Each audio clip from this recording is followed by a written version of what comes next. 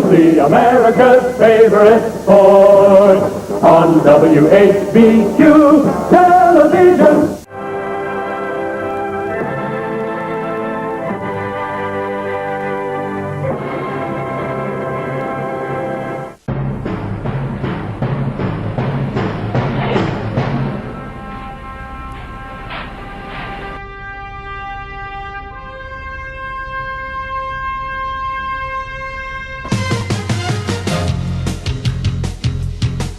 Talking Memphis Wrestling with Randy Hill and special guests.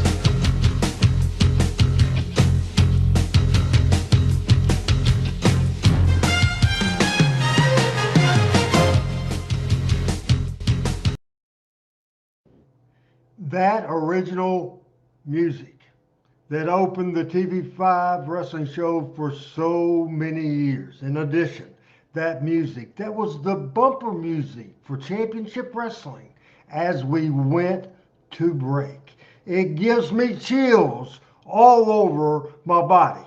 Hey everybody, it is currently, after a beautiful day, it is now 67 degrees and cloudy. It was sunny and beautiful here.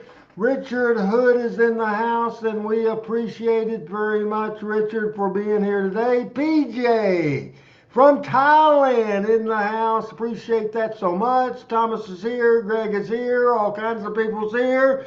And we have a special guest here. Michael St. John is doing a sales call, business meeting, not here. Chris Ellis with the wife and Pat Trammell will be here. If he will be here at all, will be hour late. Hopefully, if he can get away from his wife.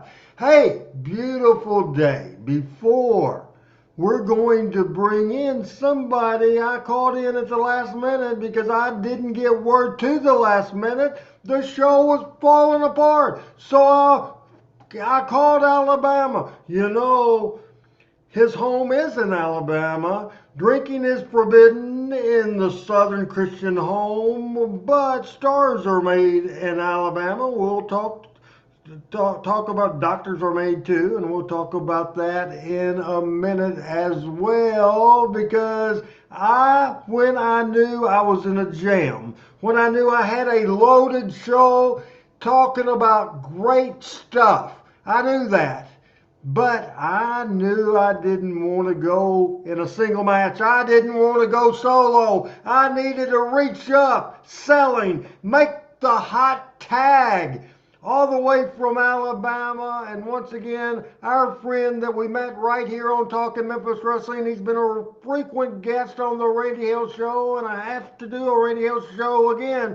We want to travel Memphis originally, then New Orleans, Louisiana, and now in Alabama. In case he's running from somebody, I won't say where in Alabama, but I don't think he is. Ladies and gentlemen, my friend, Dr. William Robinson. Hey, Rusty, what's going on with you?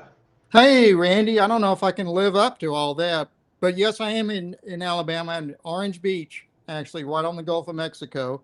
And it is a great day here. It's about 75, still in the 70s, bright sunshine, just a little bit of a breeze off the Gulf of Mexico, so you can smell the salt water. So just gorgeous. Couldn't do it any better. Another person that just came in the house is my buddy, my brother from another mother, from another father, Randy West, the greatest wrestling video guy, camera person I have ever seen in my life. Hey, William, before we get into what we're going to talk about, great video, a great subject, all that stuff. Anything new going on in your life? I planted my garden today. We've got tomatoes and peppers and cucumber and basil just started. So, yeah, that was fun. A fair amount of work, but it was fun. Hey, before we get into this, I want Adam to put up your graphic on your podcast and update how the podcast is going and talk about the show that's coming up because I really enjoyed the music. Enjoyed also when you put your doctor hat on, talk about the current podcast out on YouTube at the Blues Doctor podcast that I want everybody to subscribe to, and also talk about the one that's supposed to be uploaded tonight at midnight. Smarten us up. Sure. Thanks, Randy. So, yeah, our last podcast, our last episode was supposed to go up at midnight last Tuesday, but something happened at YouTube. They kept telling me they're having a problem processing, and it didn't actually go up until midnight Thursday. So it took them however long for some reason, and they never explained it, of course. But anyway, this coming week's podcast, we just loaded up, early this morning. So it's supposed to come out at midnight tonight, and I talked some more about genetic testing for cancer. I had a series going on about that, so this will be another Very episode of that. interesting. Very Good. interesting. I didn't have a clue, of course, but everybody don't just think this is a medical thing. William Mm. explains it in lay terms where a dumb Arkansas boy like me can understand it. A dumb wrestling guy like me can understand. It's fascinating talking about that testing. Very fascinating. Well, thank you. That's the idea. I was trying to pitch it to people who did not necessarily have a medical background. So that's the aim we're going. So we talk about that for actually even more this week than we did last week. Then on top of that, you'll see some new music, some of mine, which will be kind of interesting. You'll see me playing live. We tell some Bigfoot stories. I actually know Bigfoot this week. I think we tell a Loch Ness Monster story this week, and a variety of other things out there. Richard Hood, and you just answered that question. Richard Hood, one of our regulars here on Talking Memphis Wrestling, says, William, do you have any more Bigfoot stories? And I'm sure he'll sneak some in from time to time on this show. But that podcast, you'll get plenty of that. So talk about that for people that likes that sort of thing, and I'm interested in it as well. Well, I actually had a Bigfoot encounter many years ago, actually in Arkansas, in Crittenden County, right across the Mississippi River from Memphis. So just below West Memphis in what was called Blue Lake, Arkansas. Any rate, so I was fishing one afternoon with a buddy of mine. I was working as a lifeguard at this lake at the time, and I was in college. This was the summer of 1980. And my buddy and I, who were working there, went out in the evening after the swimmers all came in, would go fishing almost every day. And so we were out in a boat, um, slowly trolling down the lake, maybe 10, 15 yards offshore. And we heard some rustling in the bush, and we looked up, and there was a creature, for want of a better word, that looked something like a giant gorilla, but he was standing upright. We could see him from about, chest up because the brush was so thick. And he looked at us, we looked at him for maybe 10 seconds, 15 seconds or so, and he turned around and ran away. We could hear him running away into the bush, so we lost sight of him very fast. Didn't hear anything else, didn't see anything else from then on. And I kind of put it aside because we didn't know what to tell anybody at the time. There was no internet, nothing like that in 1980. So, and I went straight from college to medical school and then residency and then fellowship. So it just kind of, it was out of mind, put it that way. And then just maybe 6, 7 years ago, I was running through the internet and I found several sites about Bigfoot. I thought, well, maybe I'll share my story here. And I did. I put it on the Bigfoot Research Organization, or BFRO website, and posted my story. And people started calling me, to ask me about it and ask me other things about Bigfoot. And it's just sort of developed from there. I've been on several Bigfoot hunts or campouts into likely areas, which is a lot of fun. Met a lot of new people, and I've been on a few Bigfoot podcasts, kind of like this one. Um, so it's been a lot of fun, and I've enjoyed telling the story. Um, even not even on Bigfoot podcasts, even on here. So there's my personal story. That is cool. That is fantastic. Hey, I want to get into some sad news real quick, if we could. There were a couple of deaths this past weekend that related to the wrestling business. The first one I'm going to go with is Janice Carter. Janice Carter, obviously the mother of the president of TNA, Janice Carter, and her husband owned Panda Energy, and she was the CEO. Mrs. Janice Carter was. That you see president of TNA, Dixie Carter, in that picture as well.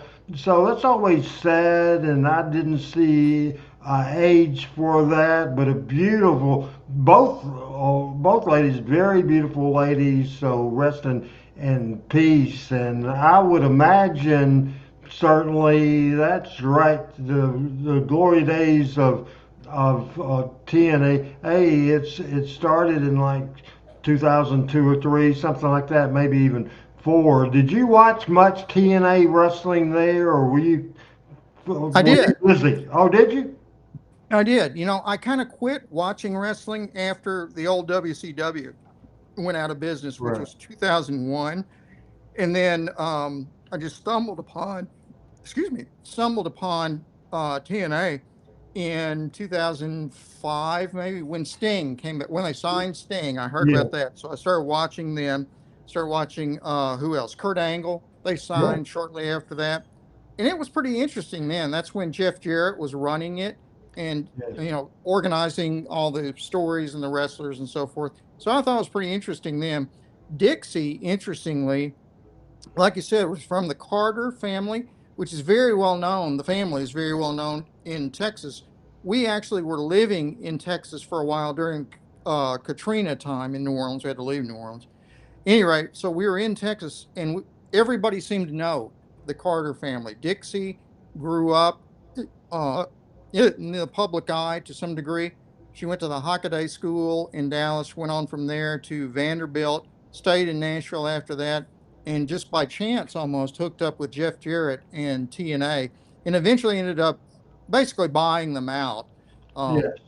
because she had such deep pockets, and the Jarretts really didn't at that time. So she became the owner. And you can argue about how she did with it or what she did with it, whether it was good or bad. But she kept it going, Right. if nothing else. Jerry and Jeff, after they lost their initial sponsor, Health South, because the dude got felony charges thrown against him, the guy in charge of Health South, and so they were about to lose everything they had. It's just fate about everything in life, people. You never know. Jeff had just happened to, when he got his business started, popped into a PR firm, needed a PR firm for TNA, and he walked in to a company, and the head of the company was Dixie Carter, because she was living in Nashville. And then he went to her and said, "We're about to go out of business." And she said, "I may know somebody." And he didn't have any idea that her dad was a billionaire. It's remarkable how life works out like that, right, Rusty? Oh yeah, that was her job out of college. Was Yeah. when she finished at Vanderbilt, she stayed in Nashville and created this PR firm. I think actually her dad created it for her, but she stayed in Nashville and just by chance, hooked up with Jeff Jarrett, just like you said. I think she's still in Nashville. I haven't heard anything, Yeah, I think she is about her. too. Yeah, yeah. She is. It's just a fantastic. So, on behalf of Talking Memphis Wrestling, William, myself, Randy West, Richard, Jeremy, everybody watching, appreciate everybody, Shane Odom, everybody watching today. I want to talk about another death right now. We talk about the legendary Lance Russell. We talk about the great Dave Brown, who's still at 78 years old doing great. We talk about the late Corey Macklin. We talk about Memphis wrestling, another legendary wrestling announcer along the lines of Lance Russell and Dave Brown, along the lines of Gordon Soley, Bill Mercer. Bill Mercer was born in 1926 and passed away March the 22nd at 1999. The interesting story offline in our production meeting, I was telling you a couple of things that's really interesting. Not only was he the voice of world class championship wrestling in the heyday of that company in the 80s with the Von Erichs and the Freebirds feud, he's also a tremendous broadcaster. A tremendous broadcaster. And Rusty, one of the things, and that's the older Bill Mercer as he passed away the other day at 99 years old. So he's had a wonderful life, and I'm glad Adam has both of us up here, because one of the things I told you in that pre-production meeting, when you say November is 63, I did this. We'll pretend like I didn't say that before, because now we have an audience. When you think of November 1963, what do you think about, Rusty? The John Kennedy assassination. No doubt. It occupied everybody. I can remember it vaguely. I was, I guess, 5 years old. I can I was remember 2. that. Yeah, that was all that was on TV. You couldn't get anything else for like several days. So that's really about all I remember of it live.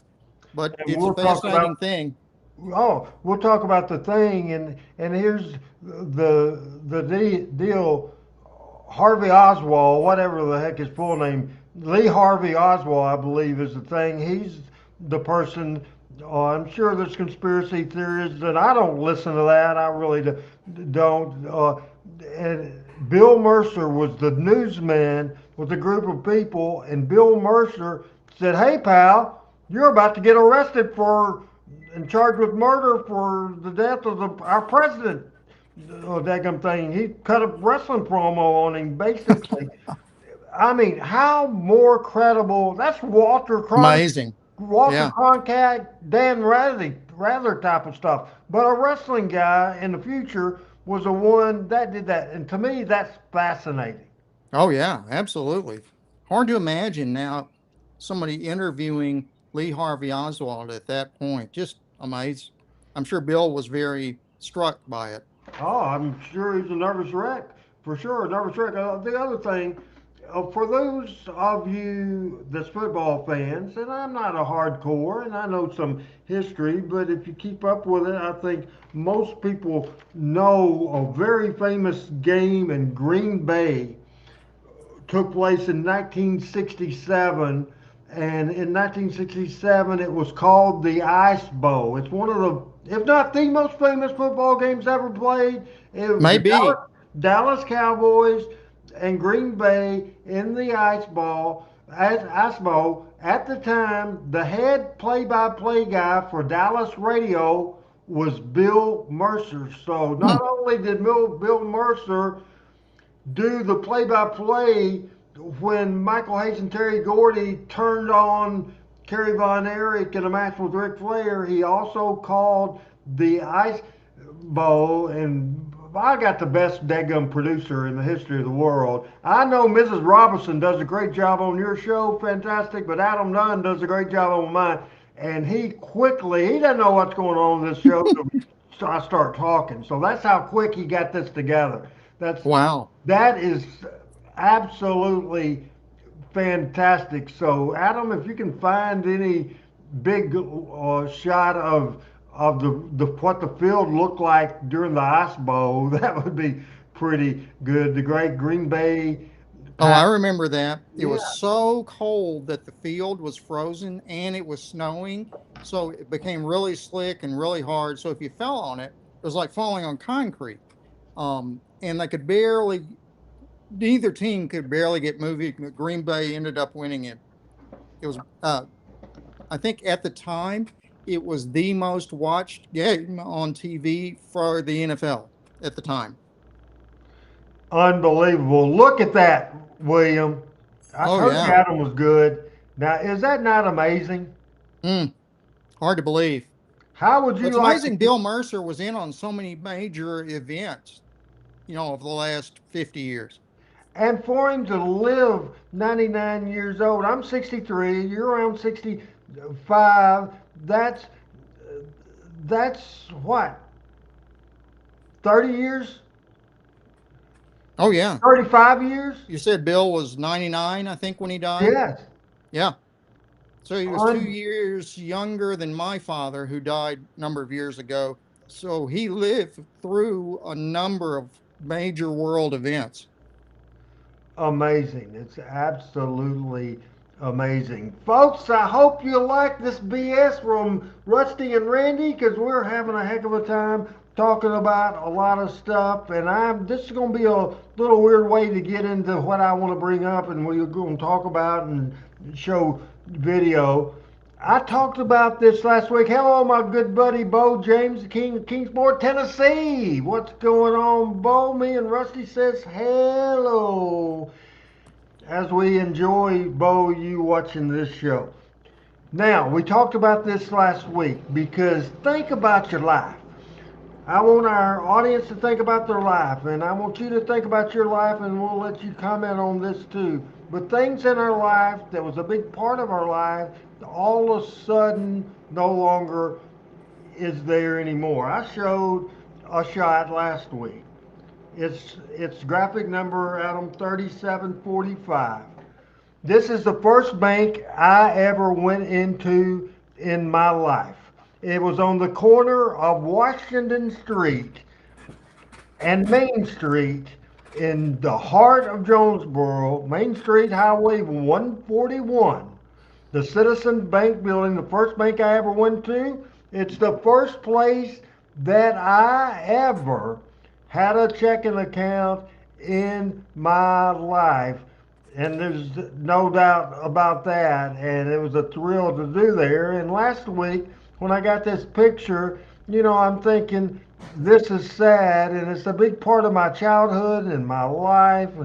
And so I'll probably end up having a medical question for you. I know it's not your specialty, but my specialty on medicine is I know when I have a sore throat or not. That's all I know. But I won't.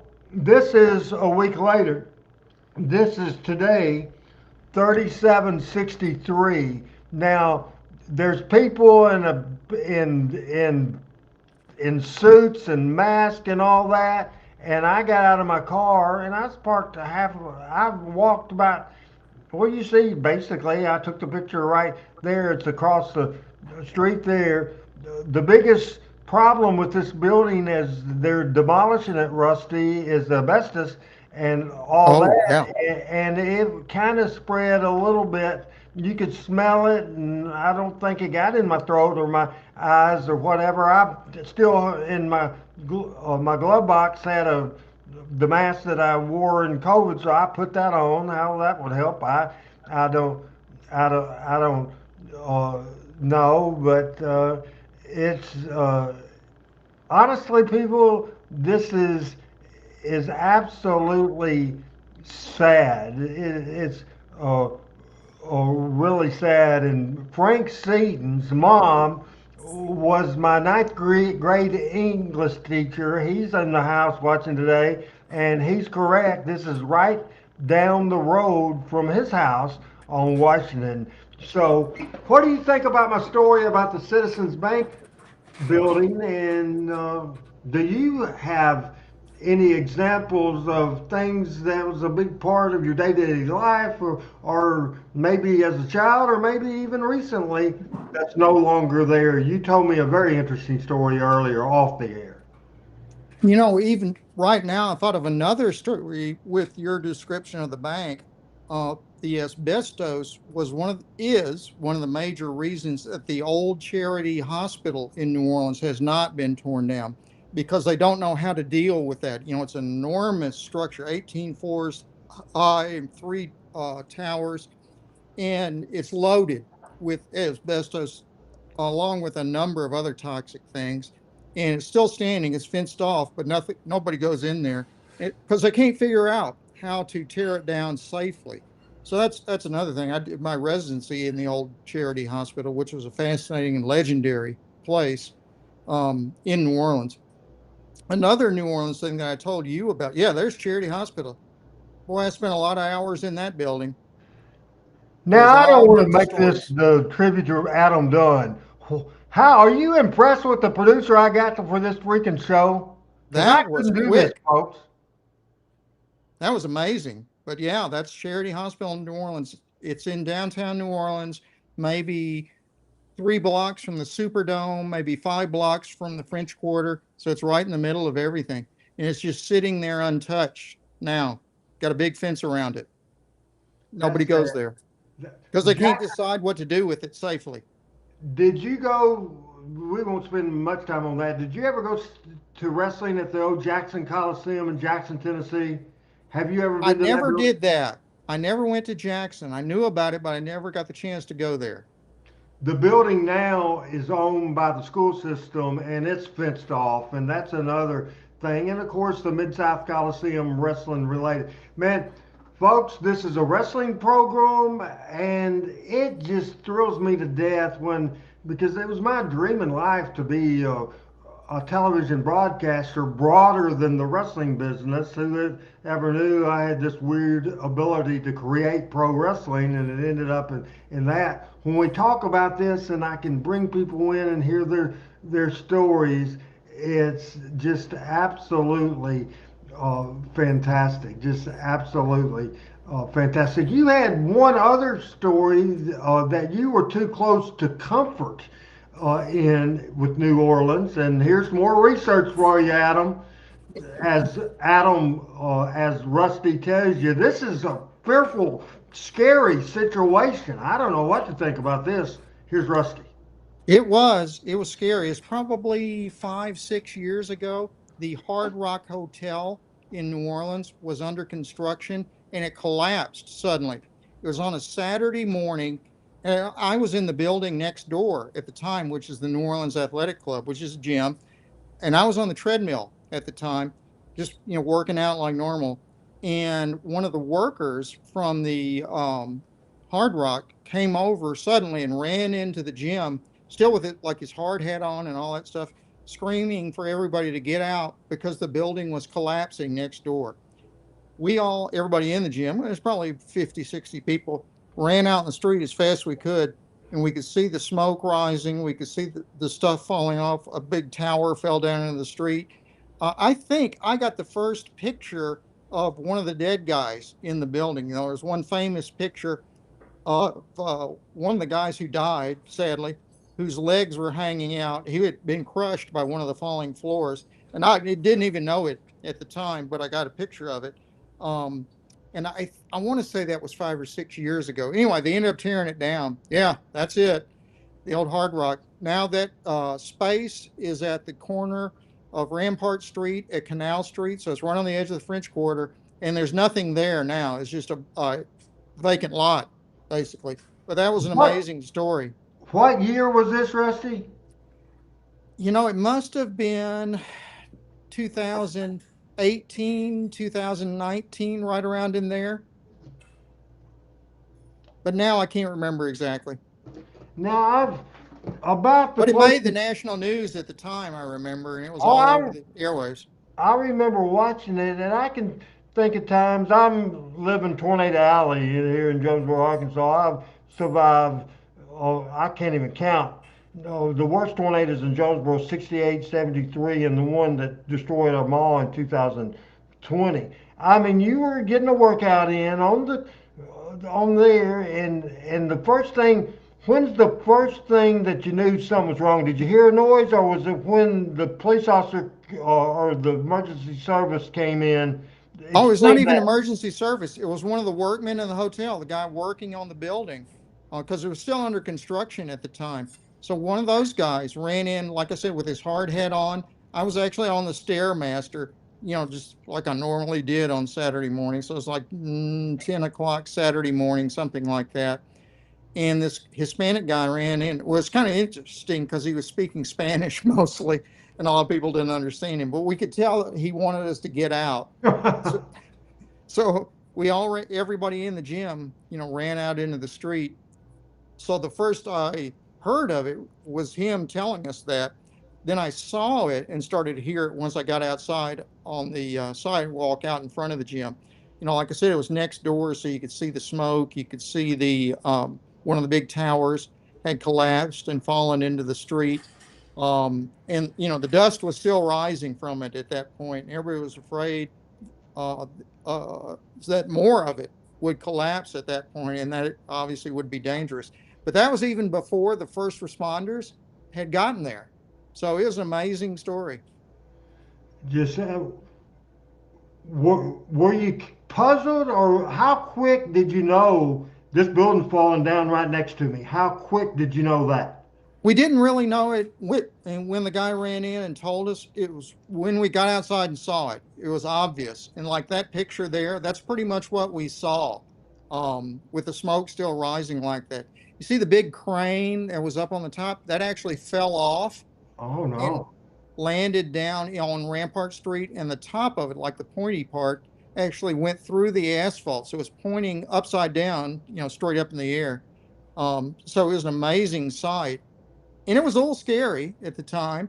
Now, Certain was your building you were in? How much damage did it take? almost none. It was Really? amazing. Yeah, a few buildings on the other side of the Hard Rock got damaged, but the one we were in, for whatever reason, had almost nothing happen to it. That's amazing. That is amazing. We're talking about things, uh, things that's went away. Some of it went away in a sad way, and sometimes it went away just because it was time to go away. And of course, we opened talking about the death of Bill Mercer, a legend, and we talked about his great career in broadcasting. We talked about and I wanted just to add on Janice Carter. Bob and Janice Carter was as poor could be. Mr. Carter, I guess Janice too, grew up in Georgia in like a two-room shack with a bunch of people. Later in life, in his 50s, he got in independent energy and that sort of thing and became a billionaire. And just that's a tremendous. The great thing about America, this country, is the success stories. People were able to start from nothing and become a billionaire or become a president of the United States. So many examples of our past presidents that started from nothing and nowhere. That's kind of changed a little bit now, but back as this country was being built, it's just tremendous, right? Oh, absolutely. Classic success story. Texas billionaire, oil billionaire, Panda built power plants for the oil fields and made all his money doing that. Um, it expanded after that, but that's where he started, was building power plants. Now I have a madness to my crazy talk right here on Talking Memphis Wrestling today. We talk about that kind of stuff, things that's no longer there. One of the most traumatic things for all of us, Talking Memphis Wrestling and Team Hales, Rusty and everybody else. I mean, kind of Rusty, kind of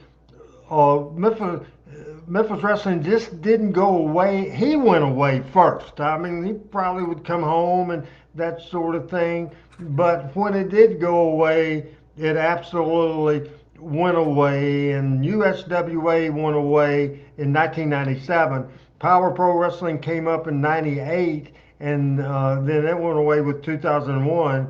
And no Saturday morning wrestling on a major network television station like Channel 5 has been since live television shows. So era ended. Absolutely era ended. My point is that we've seen a lot of wrestlers come and go. Spud McEnroe and Billy Wicks in the late 50s and early 60s. Then their run was over.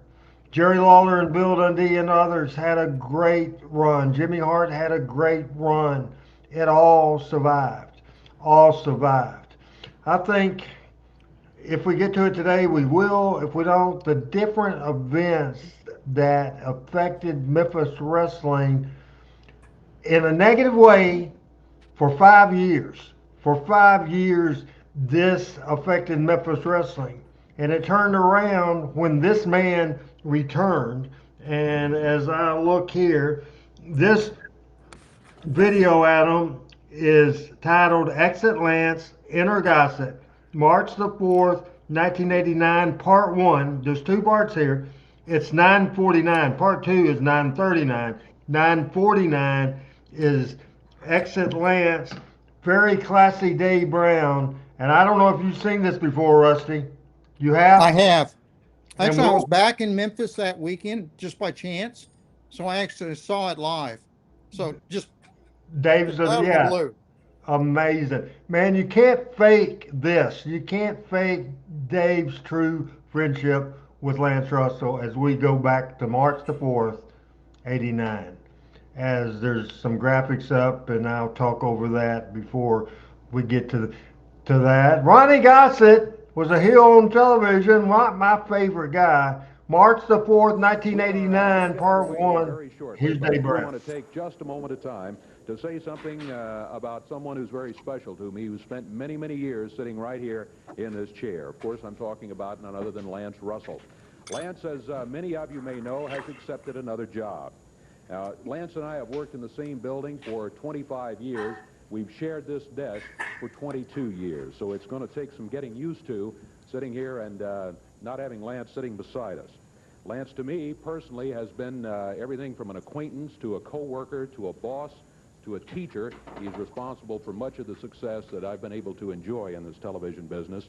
And he's also, perhaps more importantly, a friend, and will continue to be a friend. He's also a great friend to championship wrestling fans.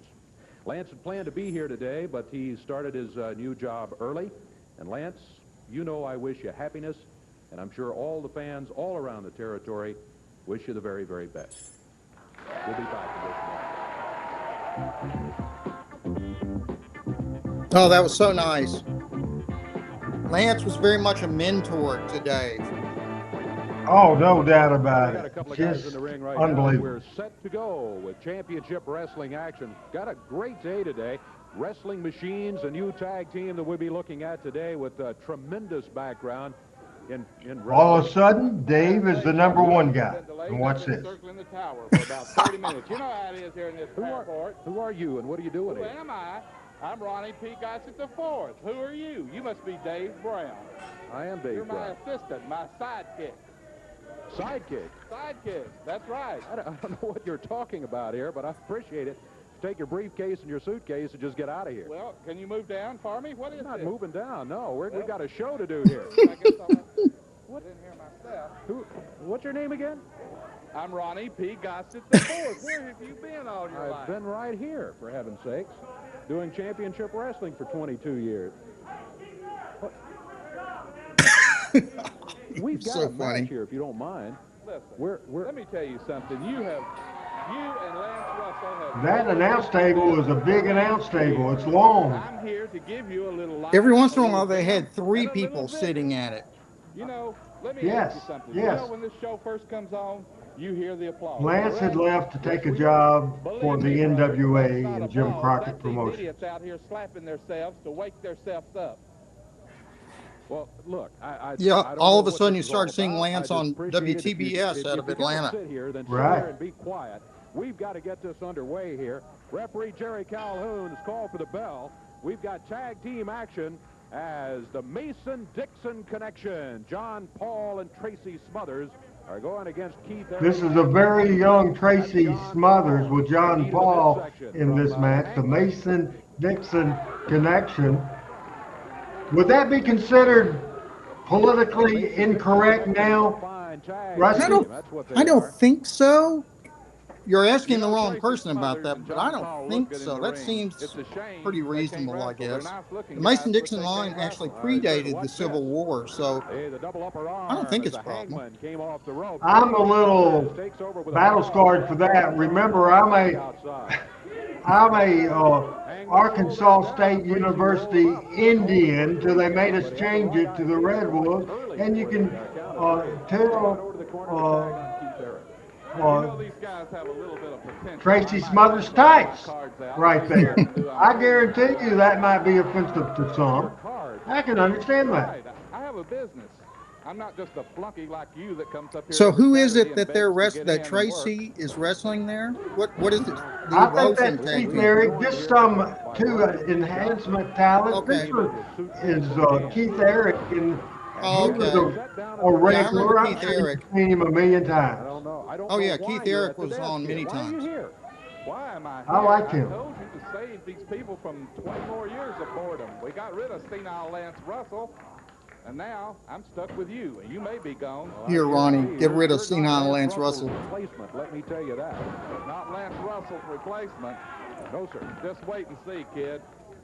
You better wake up and smell the coffee. Tag made by John Paul on Tracy Smith. Now, nobody, I was a little fearful with what we got the last minute news Lance was leaving, and I was worried that Jerry Jarrett was going to ask me to co-host with Dave.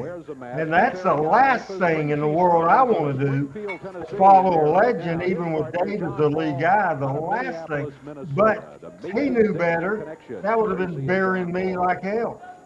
Nobody can replace, but to have a heel do it with Ronnie Gossett, and he was a heel in real life, he just didn't play one on television, Rusty. I think it was the right decision. It was a short time, because he was a heel manager. Right. So what was your role with the company at that time? So this was 1989. I was the assistant general manager for the company and the assistant booker. Drop the leg across the back of the neck. John Paul. I was number 2 in the pecking order as far as creative was concerned. Jerry Jarrett won, me number 2 in that year, in '89. So where did Eddie Marlin fall into that arrangement? He was the event promoter, and he was the spokesman for the wrestling company. He was never ever in creative, ever. We convinced people, the audience, that he was, but he never was. Oh yeah, I thought he was. I'm not saying he never had an idea, because he did, but official part of the booking team, certainly had Jerry Jarrett's ear, no doubt. It was Jerry Jarrett's number 1 guy for many, many, many, many years. Wasn't he Jerry Jarrett's father-in-law? Yes. And he had been a wrestler for many years before. Oh yeah. My first favorite wrestler, as a matter of fact, Eddie Marlin, and he gave me my break to the wrestling business. The Mason-Dixon line against Keith Eric and somebody, and a good babyface tag team. We'll see. If we have time, BC, we'll show Jerry Lawler against the Master of Pain, the future Undertaker. We'll show that today if we have time. I've been taping your tapes, and I have no trouble at all falling asleep, I can assure you. Yeah, classic babyface tag team match. At least we're able to help you out in some way there. That's about the only way. Ronnie Gossett, Ronald P. Gossett, the fourth. I beg your pardon. I think he dropped the 4th, didn't he? I don't think I don't remember hearing it later on. And Tracy's mother puts him down to the mat. Tracy over to the corner. John Paul. I noted Shane says Tracy was always stuck in tag team matches. That's true. He did a lot of tag team matches. Later on with Steve Armstrong, and also in ECW, Shane, with the FBI. And the Mason-Dixon connection gets the win.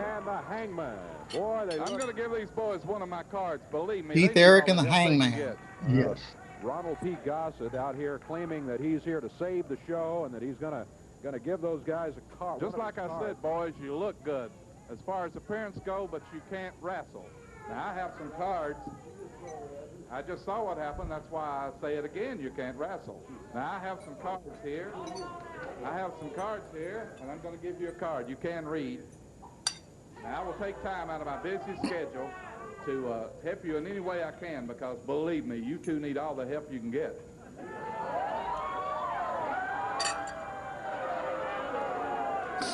Ronnie was so funny. And not collect. Well, I hope you're satisfied. I think Has a lot of making everyone upset. one-liners. You've got a show to Yep. do. If you would please just Call me sometime and not collect. Like it is, Davy Brown. What are you doing sitting here? I can see we've got a break, and you're sitting here like, look at it. You see that word? Break. I see that word. All right, we need to go to a break. Show a little professionalism. Don't just sit there. Let's go to a break. No wonder nobody likes you. A classic video. Oh, that's so funny. Let's just go back to the beginning of it. Dave couldn't have been, it was heartfelt. If you're real, even though it's a wrestling show, if you're real, you capture the people's imagination and their heartstrings, right? Oh, absolutely. We all could tell, or at least I could tell on screen, Dave felt very highly of Lance Russell, and it came out in that it wasn't really a wrestling promo. It's just a testimony, basically. No doubt about it. I mean, it's just absolutely tremendous. Part two of this, and Jerry Lawler gets involved, and his interaction with Ronnie Gossett is fantastic as well. This is part two. This is 9 minutes 39 seconds. I'm talking Memphis Wrestling. He's Rusty Robertson. I'm Randy Hales. As we continue with Exit Lance Russell and Ronnie P. Gossett the fourth, as we're on Talking Memphis Wrestling today.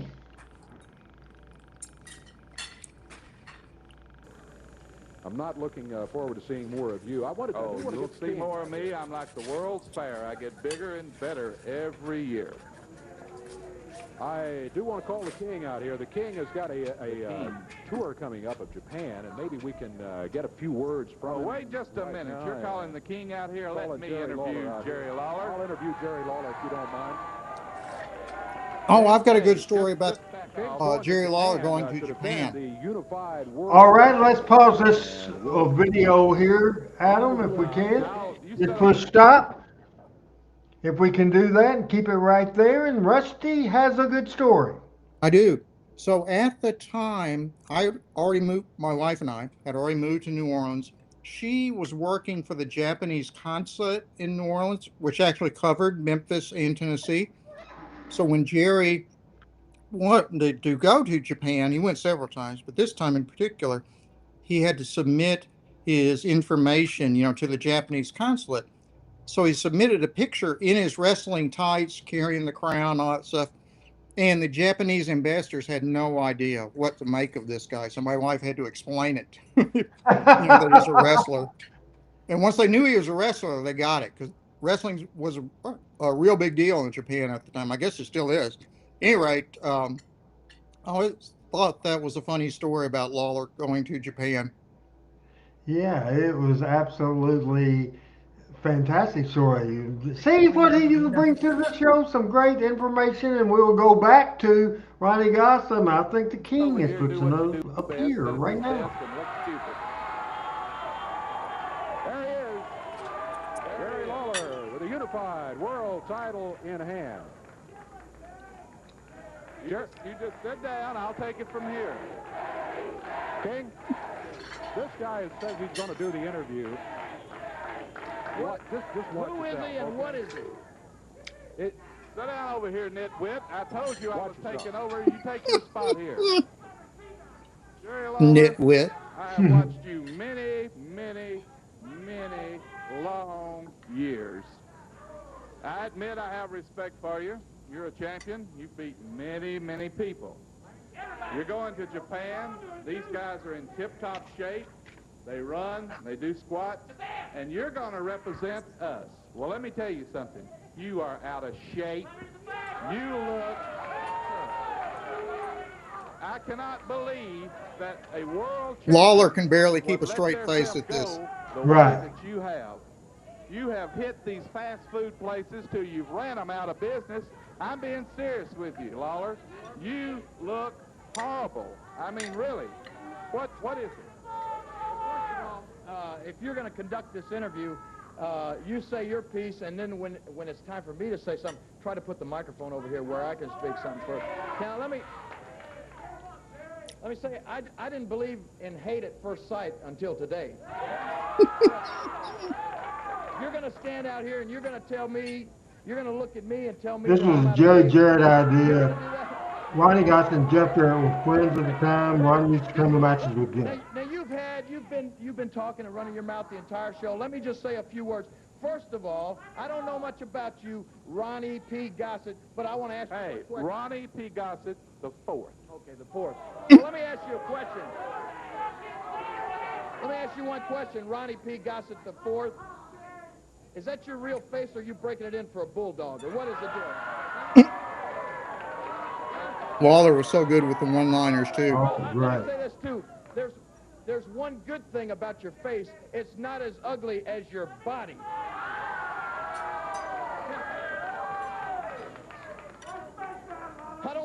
I don't want to say you're fat, Ronnie P. Gossett the fourth, but I'll bet you get fan mail from Moby Dick, don't you?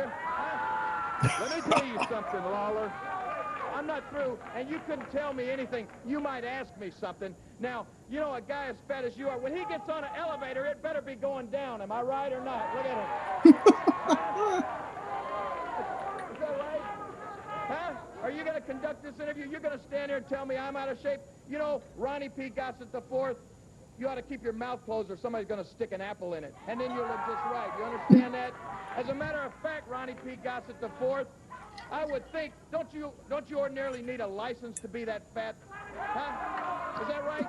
You're fat, and you're going to call me out of shape, huh? Let me tell you something, Lawler. You don't call me fat. Now, I may be a little bit overweight. I may be a little chubby in certain spots. But let me tell you something. I am not fat. Now, you can stand out here and knock me all you want to. But the bottom line is, you're going to Japan. You're going to represent us, and you've got all these little kids that look up to Jerry Lawler. Don't you know what a bad example you're starting? When they look up to you, you know what's going to happen to you when you get to Japan? They're going to send you right back. They're going to take one look at you, and they're going to say, is this the best we have for a world champion? Then you're coming back. Because, brother, you look terrible. Are you not exercising? What is it? Well, let me just say, apparently you don't have any mirrors at your house either, do you, Ronnie P. Gossett the fourth? Because you see, and you stand. Are you trying to tell these people? You know, there was that some you're gonna truth be to an that announcer out here, because that Lawler you're gonna try to didn't take the place routinely of like go somebody to a like a Lance gym Russell? or Is that what lift you're trying to weights or do? anything like that. Somebody That with was a his voice natural like yours, size. you see, you got Absolutely. that little high squeaky voice. Somebody with an IQ like yours should have a low voice too. See, to match your IQ. So don't try to come out here and tell people that you're going to take over the show. I've already heard you out here. You're knocking everything. You're knocking Eddie Marlin. You're knocking Dave Brown. You're knocking Jeff Jarrett. You're knocking me. You're even knocking a match that I am really looking forward to, like this. You knocked the egg in the face match. What do you got to say about something? The egg in the face match. Now, that could only come from over here with senile Eddie Marlin. He had to book an egg match. Let me tell you something. Do you even understand what the concept of that match is? No, I don't, but an egg match. What is an egg match? A guy stands there and the guy throws the egg, right? No. And then the first one to get a dozen leaves or wins, right? No. Let me tell you about an egg match. What an egg match is that's where somebody puts at stake his dignity, his pride, because if he loses the match, they have a little contraption that the guy stands in, he puts his hand behind. Now, the other wrestler doesn't throw the eggs. You pick not one, not two, not 10, but 50 Oh yeah, people, 50 Hood 12. These guys people are out of just the audience, hilarious. and they get to come up They and really throw work well eggs in together. this loser's face. And then he is, wait a minute. I mean, has anybody got any eggs? Are there any eggs here? No eggs. Well, I'd forgotten about this part. Hey, About Yeah, the egg match. let me just show you how this works without the eggs, okay? Because they do happen to have. Do you have the thing that the guy gets in? Because I don't think you understand what we try to do around here. I don't think you understand. I'll tell you what. Come here, look at. Do you see this little apparatus right here? I see that little one-horse contraption. Okay, what it is, when somebody loses an egg match, a guy stands in there. Of course, there's a little screen over there to protect his eyes or whatever, and a guy stands in there, and then he takes the humiliation and he takes the embarrassment of being hit in the face with eggs by the fans. Now, you don't think that would be exciting? You don't think that would be funny? Look, just put yourself, Oh, there's Eddie put Marlin. yourself in the place of the loser of the match. Yep. Hey, no eggs. Anybody got any eggs? We don't have any eggs, but first place, I can't get in that contraption. No, you don't get in it. Look, all you would do is stand behind it. You would just stand right there. You would just stand in there. Now the loser of the match would have to stand in there. You put your arms right down in here, and then the fans would come up and throw eggs in the guy's face. Look, see. And then you got this stuff. If we only had any eggs. See, that's what it would be like. Yeah. Hey, wait a You know minute. something's going to happen here. Oh, yeah. Well, I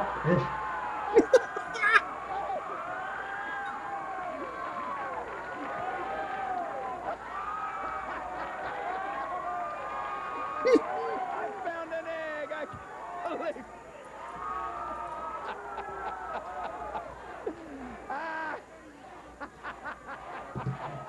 Nobody. Shut up. Yeah, Reese Lewis says, I just love this. Me too. This is such a great follow-up to help cover, I guess not cover, make up for Lance leaving. absolutely. And I can tell you one thing. I know politicians, and I know people. You can laugh all you want to. I'll remember this, Lawler. Believe me, I'll remember this. You're right. And you will, too. You said one thing right. You said nobody makes a fool out of Ronnie P. Gossett. That's only because God beat us to it, brother. He did that a long time ago. You haven't heard the last of this. If you think I'll forget this, you're crazy.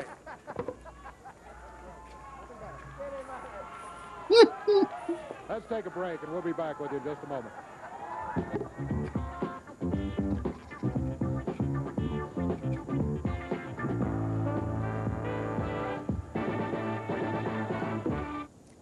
Well, I was reminded, I had another story there too. I think I may have told you this before, Randy. So Coach Bob Crone was the baseball coach at Christian Brothers High School, where I went to high school. So he was my baseball coach. It was also a cameraman for WMC TV. And the floor director as well. The floor director. Is that right? Okay, yeah. You could see him every once in a while, live on the camera. So you knew, and he told us at school that he did that. So that was fun to see him again. Yeah, Coach Crone, that's for sure. Did he ever know that you ended up a successful surgeon in New Orleans, do you think? I don't know. He retired years ago. So I don't know. I haven't heard from Coach Crone or heard anything about him in many years. I would imagine he's passed away. Adam might have some information. I would assume.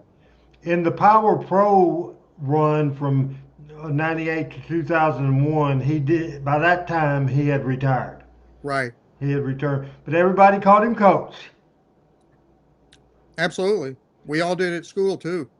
And he was very well liked, just super. Oh, he was an excellent baseball coach. They had, I think, 2 state baseball titles under Coach Crone for Christian Brothers.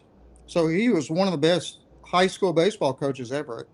I think people wondered why he didn't try to move up to be a college coach, but he stayed with Christian Brothers for probably 25 years, something like that. That's cool. Lance Russell went away, and Dave Brown, the general Ronnie Gossett, and then they established the Hill. But then Dave had to have vacations.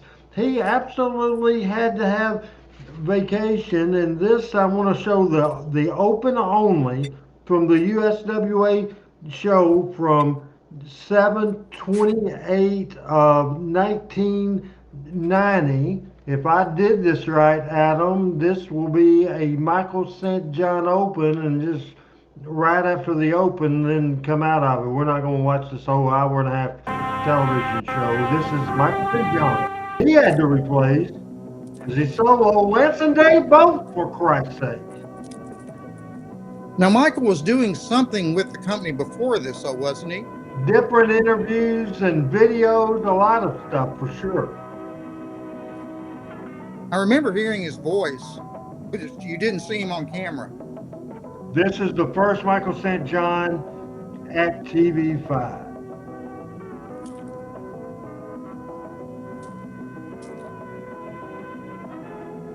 I love that open.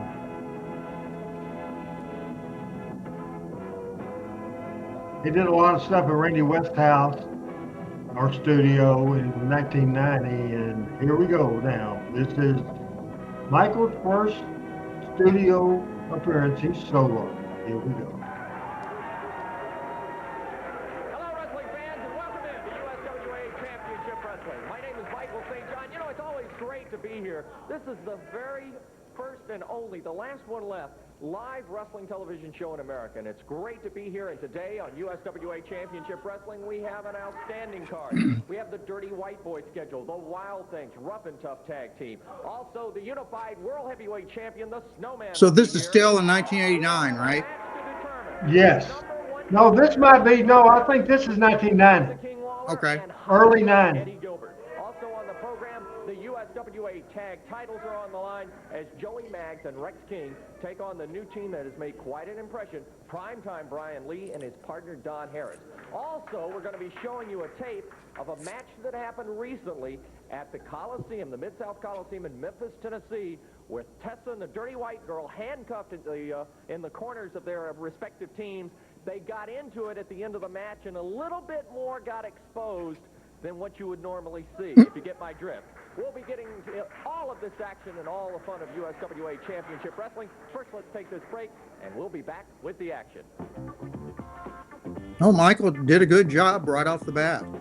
Fantastic. Adam, go ahead, because that was Michael in 1990, the picture of Michael at my book signing with the TMW crew. Can you show that?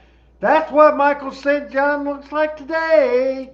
We all change. We all change, don't we, William? Oh, absolutely. He still looks good, though. Yeah. Michael looks like he's doing very well. Then a few weeks later, it was a USWA Open, as I put my glasses on. So this was from August the 4th, 1990. This is Dave and Michael St. John together, and we're going to watch that right now. We're walking up the wrestling.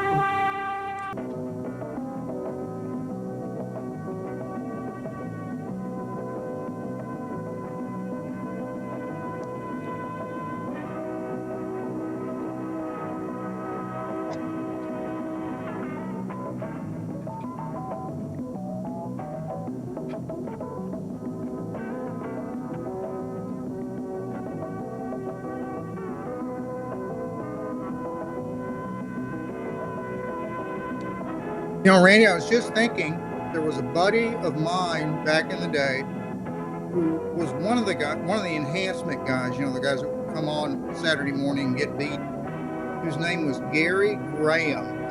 In fact, he might have been before your time, I'm not sure. But anyway, he was working at a Kroger grocery store, where I was working in high school. I think he had retired from wrestling by then.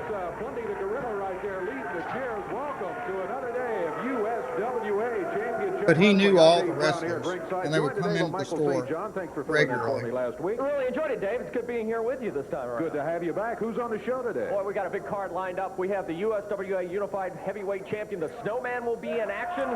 We also have Michael and Dave working together for the first time. Champions that will be defending their belts right here on television. I'm talking about Rex King and Joey Maggs, and a whole lot more. I mean, Shane says, where did the statue come from that started Memphis Wrestling? That's a classic statue titled The Wrestler, I believe. As a tag team, many of you wrestling fans will remember. So it predated that you'll show. See them here in our opening match when we come back and get this action underway. I think Randy has a copy of it now, and Jeff Jarrett has a copy of it now.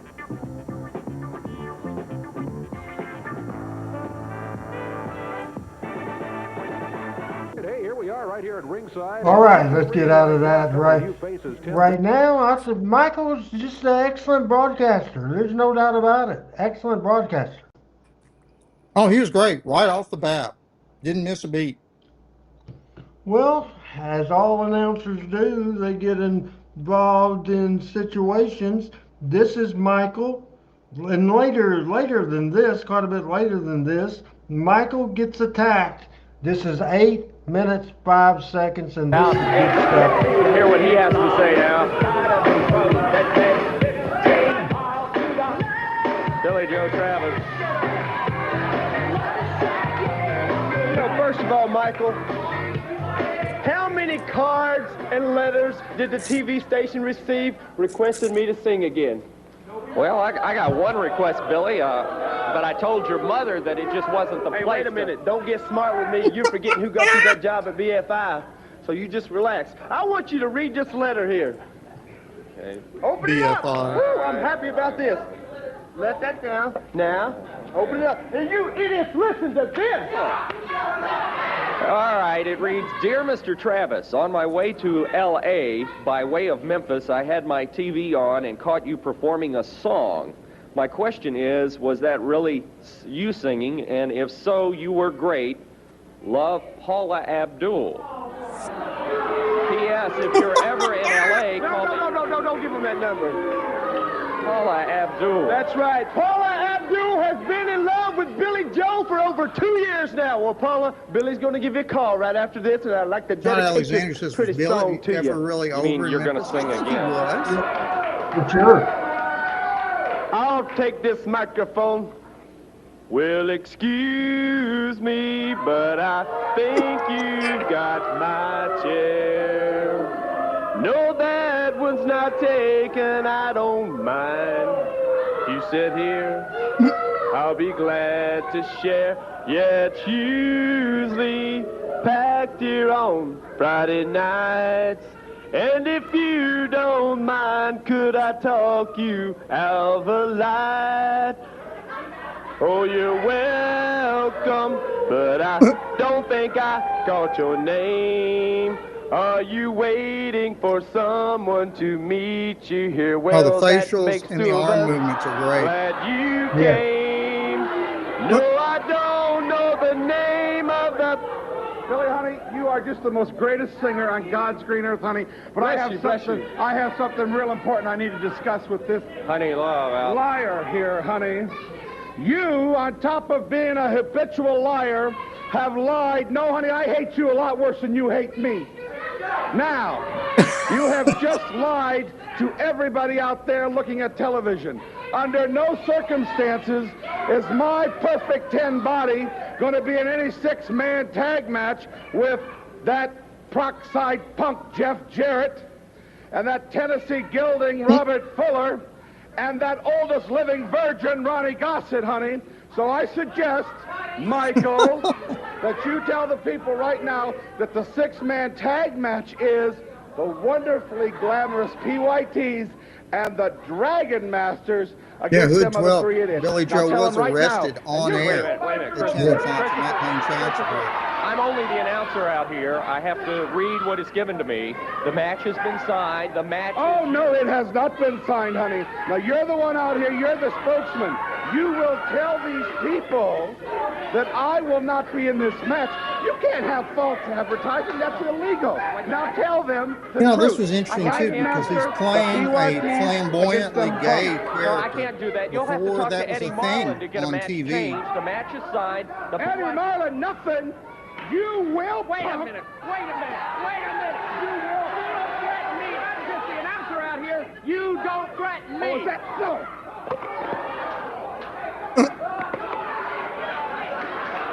Well, beating up Michael. Poor Michael. Welcome to the wrestling business. Crazy stuff. Here comes Eddie Marlin, holding out a hand.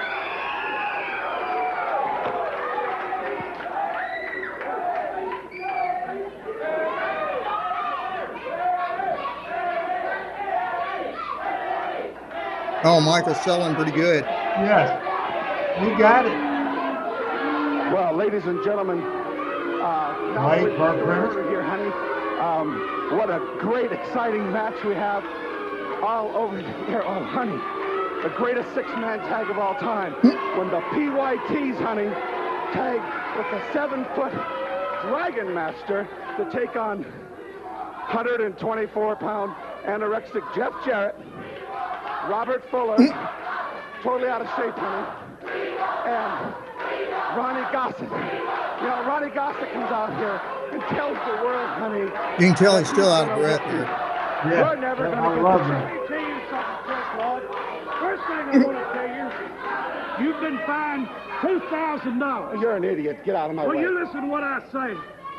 And if you ever put your hand on an announcer and any official of USWA, you'll be barred from now on. You'll never be managing nobody again. Do you understand that? Oh, is that so? That's right. And you think you're big enough to do that to me? I am the man to do it. I'm the one people are buying tickets to see, I don't honey. care who you are. If you ever lay your All right, hand on James anybody Davis. else in We're the just company, looking at you will some be fired. old tape from 1990 Gone. Completely. after I'm not Lance leaving. Russell left. So what a great six-man tag match it's going to be. Don't. How dare you touch me? Get out of You here. do, right you do not touch me. Uh-oh. Oh, Don't mess man. with Eddie Eddie Martin. Martin was a legitimate badass. Oh, yeah.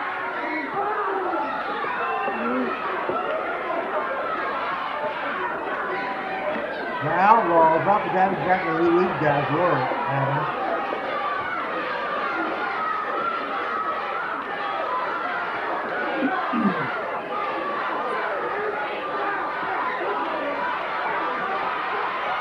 Now all you people I at think home, you're right, honey, Big Steve. Randy Rhodes and Eric Thurston. Oh, here comes Jeff. this is the lowest form of His life. grandson. Now you got these two pigs out here. Oh, that's right. We'll Eddie handle was them Jeff's too. grandfather.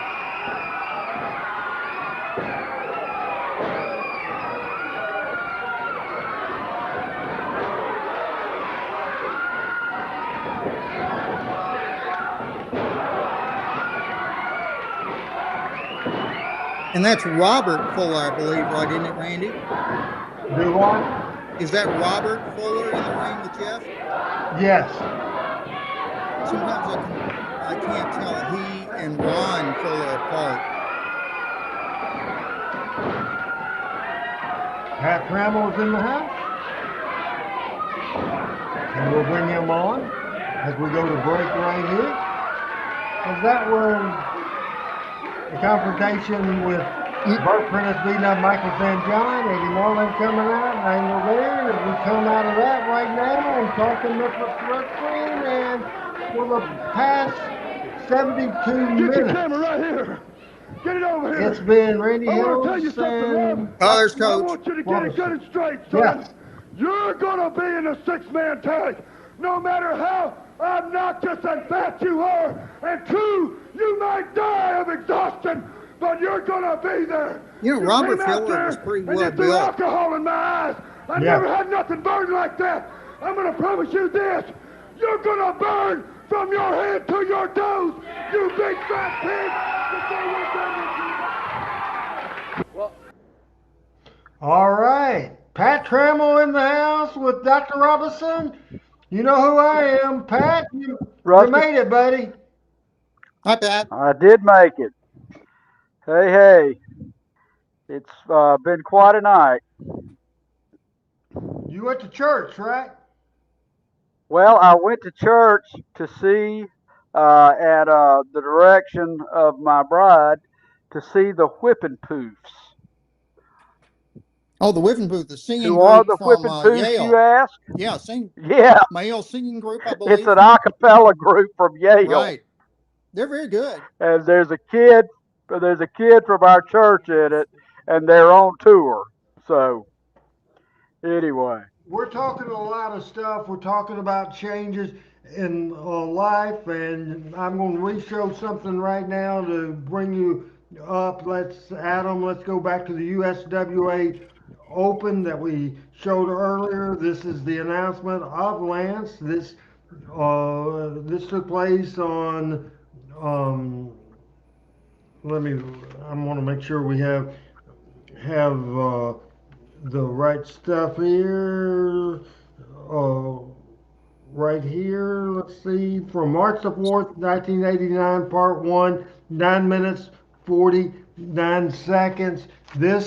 We're talking about, Pat, we're talking about things that affected Memphis wrestling badly for several years. The exit of Lance Russell did, and we want you to watch this as we watch it again on We are going to Talking get Memphis underway here Wrestling. very shortly, but I do want to take just a moment of time to say something about someone who's very special to me, who spent many, many years sitting right here in this chair. Of course, I'm talking about none other than Lance Russell. Lance, as many of you may know, has accepted another job. Now, Lance and I have worked in the same building for 25 years. We've shared this desk for 22 years, so it's going to take some getting used to sitting here and not having Lance sitting beside us. Lance, to me, personally, has been everything from an acquaintance to a co-worker to a boss to a teacher. He's responsible for much of the success that I've been able to enjoy in this television business.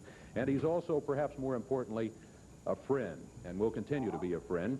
He's also a great friend to championship wrestling fans. Lance had planned to be here today, but he started his new job early.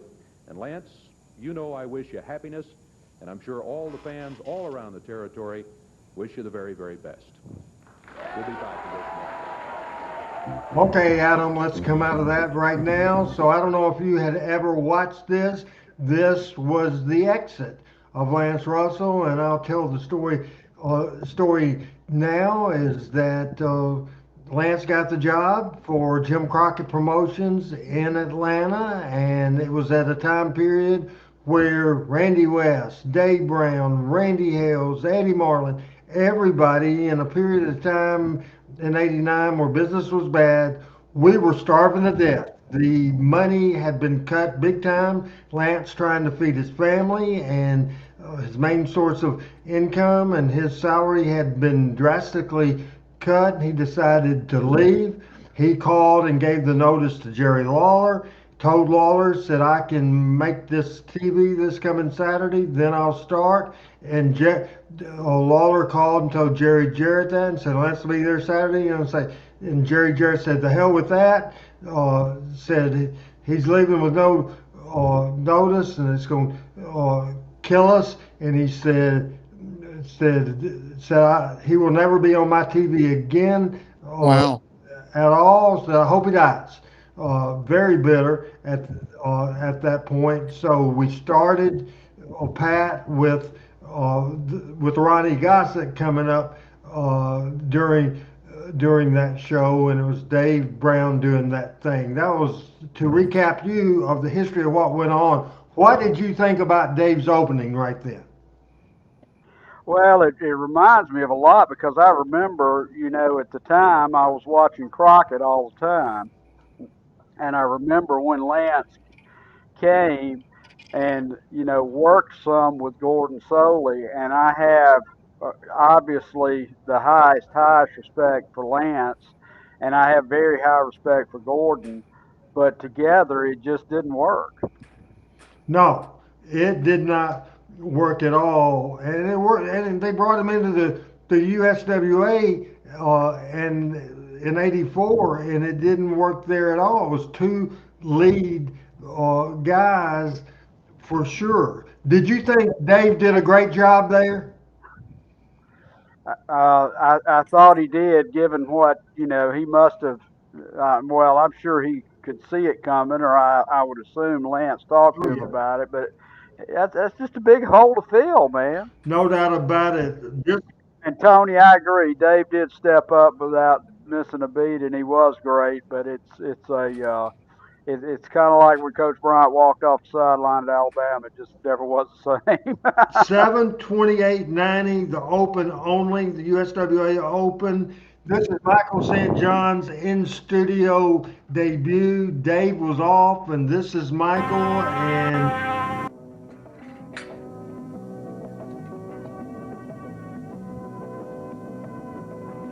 Greg White, you're exactly right. It was weird.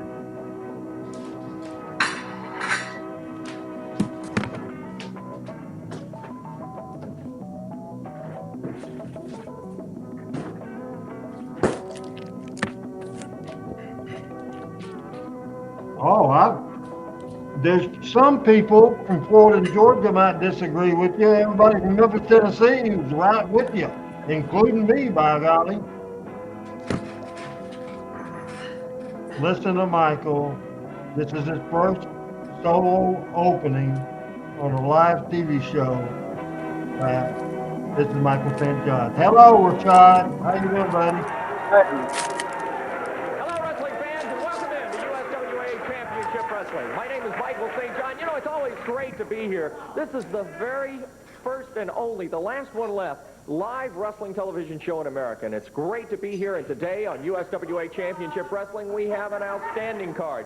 We have the Dirty White Boys schedule, the Wild Things, Rough and Tough Tag Team. Also, the Unified World Heavyweight Champion, the Snowman, will be here. We will have a match to determine who the #1 contender to that crown is between Jerry the King Lawler and Hot Stuff Eddie Gilbert. Also on the program, the USWA tag titles are on the line as Joey Maggs and Rex King take on the new team that has made quite an impression, Primetime Brian Lee and his partner Don Harris.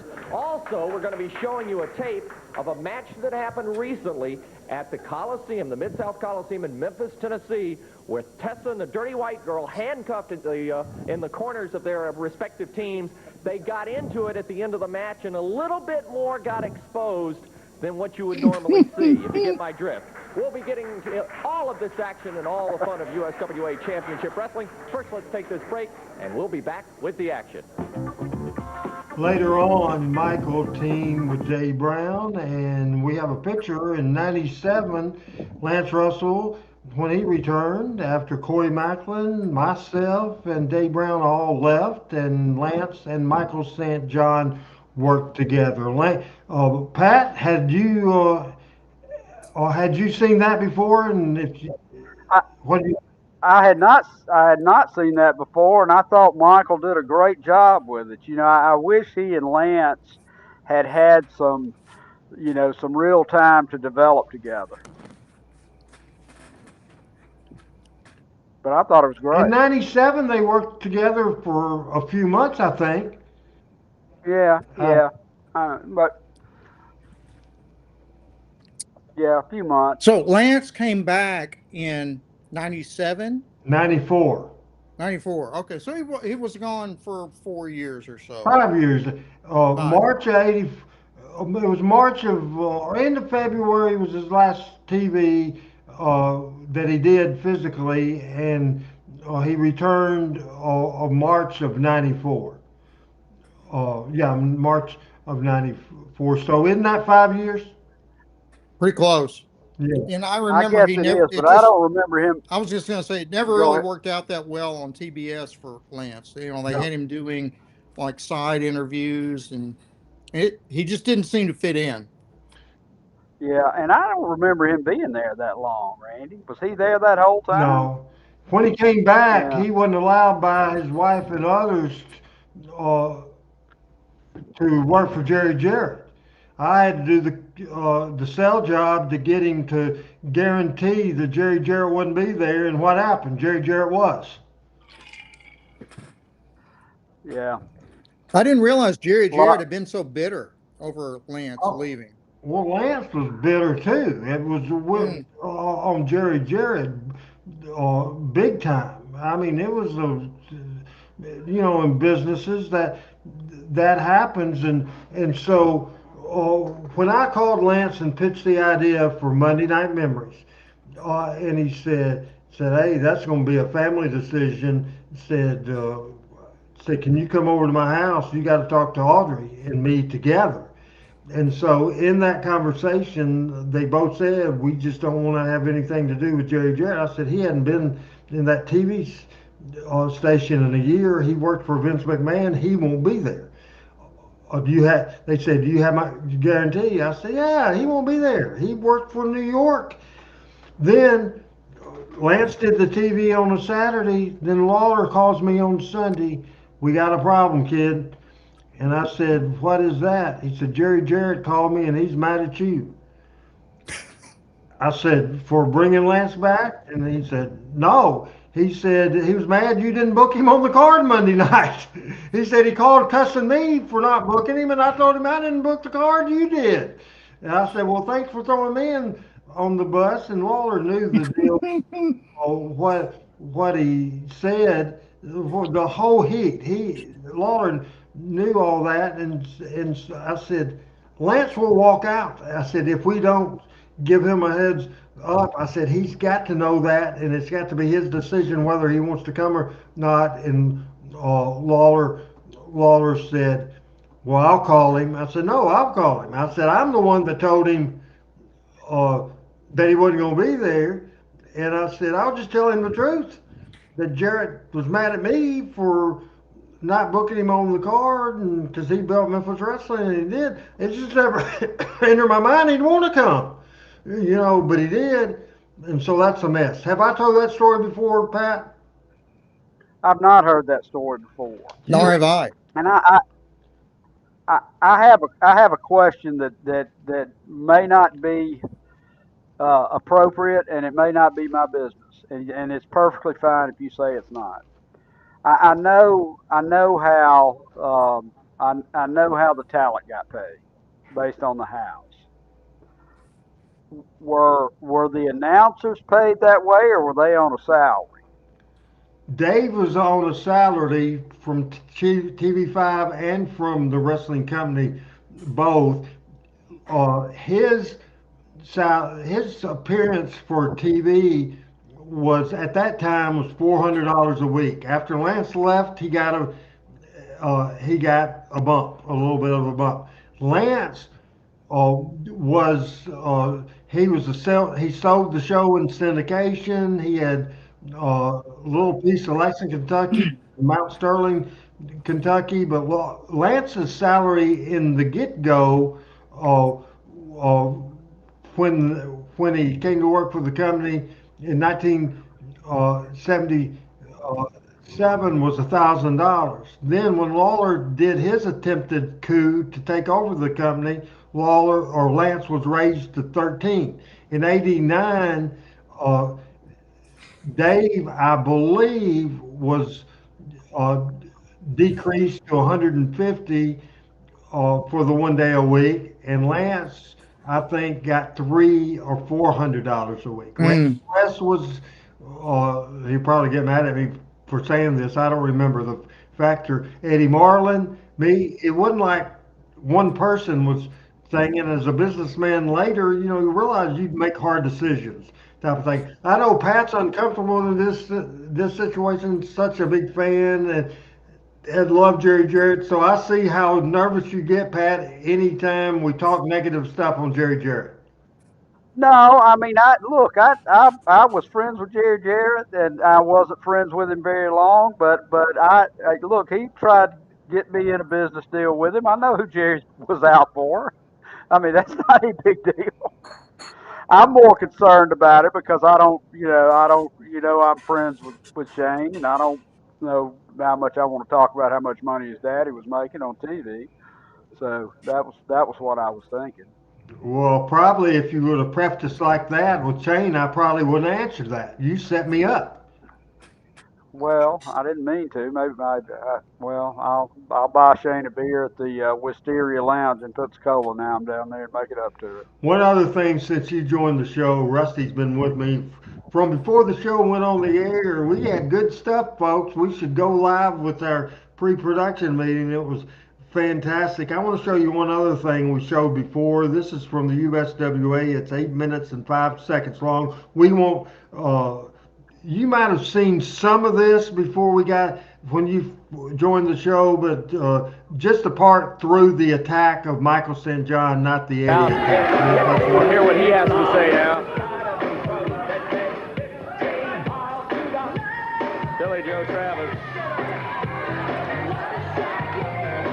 First of all, Michael, how many cars? By the way, Rashad, Lance, I believe, got $150 coming to the Mid-South Coliseum. Dave hardly ever came. I got one request, Billy, but I told your mother that it just wasn't the place. Hey, wait a minute. Don't get smart with me. You're forgetting who got you that job at BFI, so you just relax. I want you to read this letter here. Okay. Open it up. Woo, I'm happy about this. Let that down. Now, open it up. Yeah, Dave always had to do the weather on Channel 5 at 10 o'clock. All right, it reads, he couldn't Dear usually Mr. come to the Travis, on my Coliseum. way to L.A. by way of Memphis, 5, I had 6, my and TV 10. on and caught you performing a song.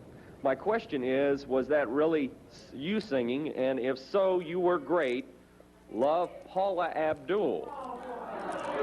P.S. If you're ever in L.A., call me No, don't give him that number.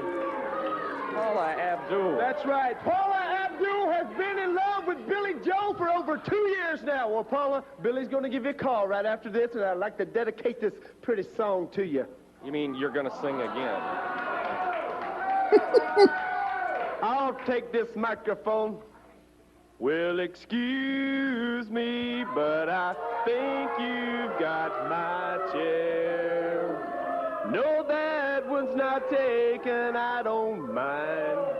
You sit here, I'll be glad to share. Yeah, it's usually packed here on Friday nights. And if you don't mind, could I talk you out of a light? Oh, you're welcome, but I don't think I caught your name. Are you waiting for someone to meet you here? Well, that makes two of us. Glad you came. No, I don't know the name of the... Billy, honey, you are just the most greatest singer on God's green earth, honey. But I have something real important I need to discuss with this Honey, love, liar here, honey. You, on top of being a habitual liar, have lied. No, honey, I hate you a lot worse than you hate me. Now, you have just lied to everybody out there looking at television. Under no circumstances is my perfect 10 body going to be in any 6-man tag match with that Proxide punk Jeff Jarrett and that Tennessee gelding Robert Fuller and that oldest living virgin Ronnie Gossett, honey. So I suggest, Michael, that you tell the people right now that the 6-man tag match is the wonderfully glamorous PYTs and the Dragon Masters against them other 3 idiots. Now tell them right now. And you wait a minute. Christopher, I'm only the announcer out here. I have to read what is given to me. The match has been signed. The match... Oh, no, it has not been signed, honey. Now, you're the one out here. You're the spokesman. You will tell these people that I will not be in this match. You can't have false advertising. That's illegal. Now tell them the truth. Dragon Master, the PYTs against them bums.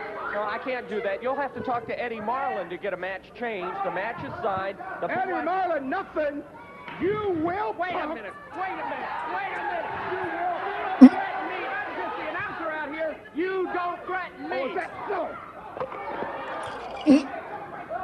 Whoa! Beating up Randy. Or, excuse me, beating up Michael. Yes.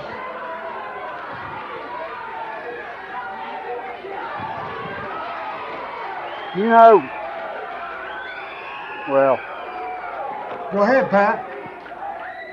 I've never seen Chris Love before. I've never seen Bert in that. He could have made a lot of money somewhere. Oh. I don't know where, but he could have made a lot of money. That was a great character. It really was. Let's come out of that, Michael. Adam. Great, exciting match we have all over here. Oh, honey. The greatest 6-man. Yeah, he's doing a flamboyantly gay character in the days before that was common. Oh yeah. Adam said he was in Glow. I remember that Glamorous Ladies of Wrestling. I don't remember that, but he was. I'll tell you what, that's a character right there. Talking Memphis Wrestling, Pat Trammell is in the house. We have a couple more videos to show, but first I want to recap a little bit for Pat.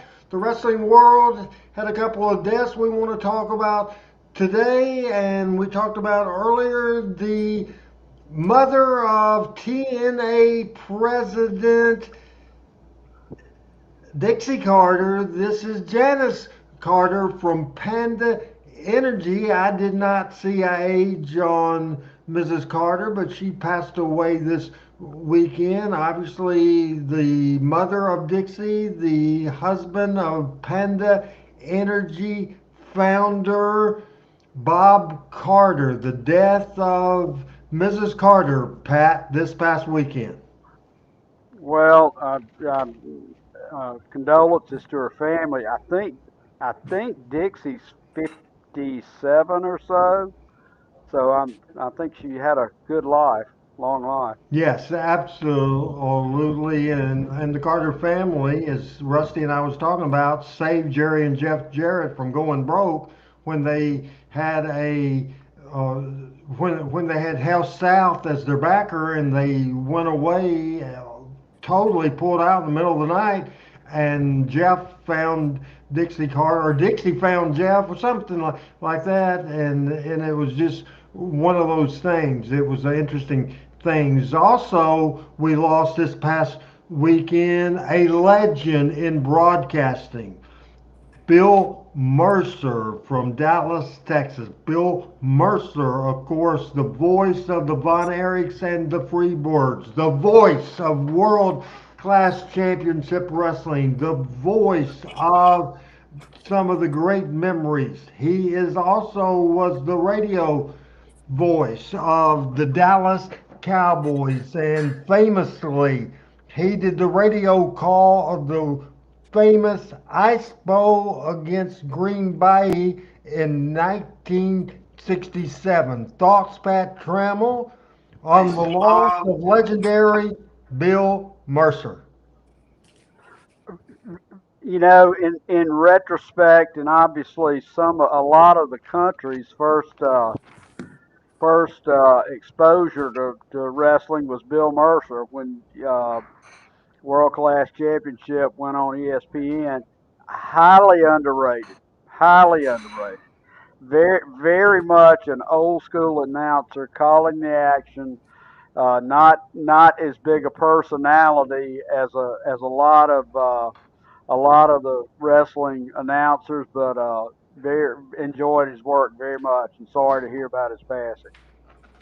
Yeah, Bill called it pretty much as a straight athletic event rather than a wrestling match. He really did. He really did. You know, the Carter family too is interesting. They were practically celebrities in the state of Texas. They're very well known. Bob and Janice Carter for being, Texas billionaires, basically a classic American success story. Everybody seemed to know at least of them. Yeah, it's sad. It really is, and we wanted Pat's word on Bill Mercer. Pat, I'm glad we got to revisit that with you because we missed you at the beginning of this show, so we are repeating some of the content for you, Pat, for you. Thank you. Thank you. All right. Hey, we want to go back to 1989. This is the Master of Pain involved in a situation with Jerry Lawler. It's 8 minutes and 46 seconds long. Master of Pain ended up, his name was Mark Calloway, and he was maybe known by a few people as The Undertaker. What happened to that guy? I don't know. Wonder if he made something for himself. One of those. We've got him in here today, Dave. Well, we sure do. And here he comes right now with Dutch Mantell, looks like in his corner. The Master of Pain, the big guy that... In Texas, he started his career. Yeah, I've seen all the power. Right. David Johnson, he's going against David out of Memphis, Tennessee. Master of Pain, his last address, I think, was State Pen in Atlanta. I'd forgotten Dutch was with him at first. Yeah. Well, he starts right out. He's on a chokehold, and the referee could disqualify him right there. He started to count, and he finally broke it. But David Johnson, about half the size of this giant. Look how big he is. This is not the Undertaker, same person. But you see, Pat, this is so, Dutch is in the corner. This is in the first month of his career. Well, David Johnson wasn't a little guy, was he? Able to do much against this big Yes, he pretty much was. Ripped him with that right hand down across the head, picks him straight up, slams him down into the mat. Sometimes he'd get a... I watched him drop He that get in big his head, he leg. wasn't going to sell and try to fight back. He didn't try I that guess with that's the Undertaker or with the Master of Pain. I mean to tell you, in not very long. And What was the time on that, David? 54 seconds. Hey, hey, hey. Now, how old was he at Come this on, get age? him out of there. Awesome power of the Master of Pain. He already won the match. Hold that thought. He doesn't have to start trying to hurt David Now, you know who Johnson. I want out here right now? That big guy who bumps his gums all the time. Jerry He Lawler, must he's have got been an outfit, 26, 25, somewhere around there at that point. Master of Pain is. Now, if he's the big champion, the unification title holder, and all that, let him get in the ring right now. And we're not leaving the ring till Lawler comes over. Lawler has got a match Oh, coming. yeah, he was a Two huge matches guy for over that there time with and him. place. So, really athletic there. He was born in He got the win, get him 1965, out of and this there. was Let's get on. 1989. You can't make me get him out of there. Well, I'm not going to Well, I physically won't do. try There's to. no law for me. There's no law for that man. 24? Get Lawler out here. 24. To the back. And he had played college basketball, I believe, before he Yes, left Lawler's us. got a match coming up in there, and the Master of Pain just walking around. He is currently stalking. 60 years old. Anyway. He's I got didn't Keith realize Eric Keith in. Eric, he ain't beat nobody. Let Lawler come out here and face some real competition. Tell him to come around here. Dutch, Come on, Lawler. if you do everybody a favor and let us get on with the program and get out of there. Well, there he is. You go over and tell him your problem. Jerry Lawler has got a match coming up here with Keith Eric. And Get in the ring, Lawler. Come on, you're the big champion. Get in the ring. come on, he had a match already lined up. Let me tell you something, Lawler. You're going to wrestle Keith Eric. Don't worry about Keith Eric. Get in the ring with my man, the Master of Pain. You got an ounce of guts in your body, which I doubt. Climb in there. You're the big champion. You're the big head cheeser. Come on out here. Look, he's leaving. He is leaving. He has showed his true color. Oh, he's coming back. He can't make up his mind what he wants to do. Come on, Jerry. You don't have to let them bully in a match Dutch like Ventil this was a right good away announcer with as this well, guy. guys. Lawler climbing in the ring, Dave. Boy, sure No, is. Dutch was a great talker. Okay. I like listening to his Jerry Calhoun says it's a podcast he match, has so now. Lawler's agreed to go against the Master of Pain. Yeah, I do too. He said earlier he'd had some trouble figuring the guy out. Let's see what happens here. Master of Pain. Not much to figure out there. He just grabbed him by the throat and choked on him. Yeah, that's kind of what he started doing with David Johnson in his match. Just grab that throat and try to choke him. Look at this, the King up in the air, high in the air. Press 234 pounds straight up over his head. Dumps Lawler down, and the Master of Pain drops with a leg. Look at that champion laying water all around the ring like a big beach whale. Look at it. This is no title match. Let me make that clear. I'm trying to prove a point here to the fans here because they're a bunch of ignorant fans anyway. Look, that don't faze him. That don't faze the Master of Pain. He spent all that time in prison doing hard time. I mean hard time, and a lot of time in solitary confinement. This man has got a lot of mental strength in his body and a lot of physical strength too, and he's going to use it all against Lawler today. He's going to take the battle. Look, he's just going to look at him. Good. Lawler teed off with that right hand of his, and he didn't phase him. Not that first time. And the Master of Pain stalking him across the ring. Now Jerry wheels him around in the corner, and again he tags him, shakes his head almost imperceptibly. And Lawler's got his hands full. There's no doubt about it. This guy absolutely takes a punch as good as anybody I believe I've ever seen. Now Jerry's trying to pick him up. He goes over 300 pounds.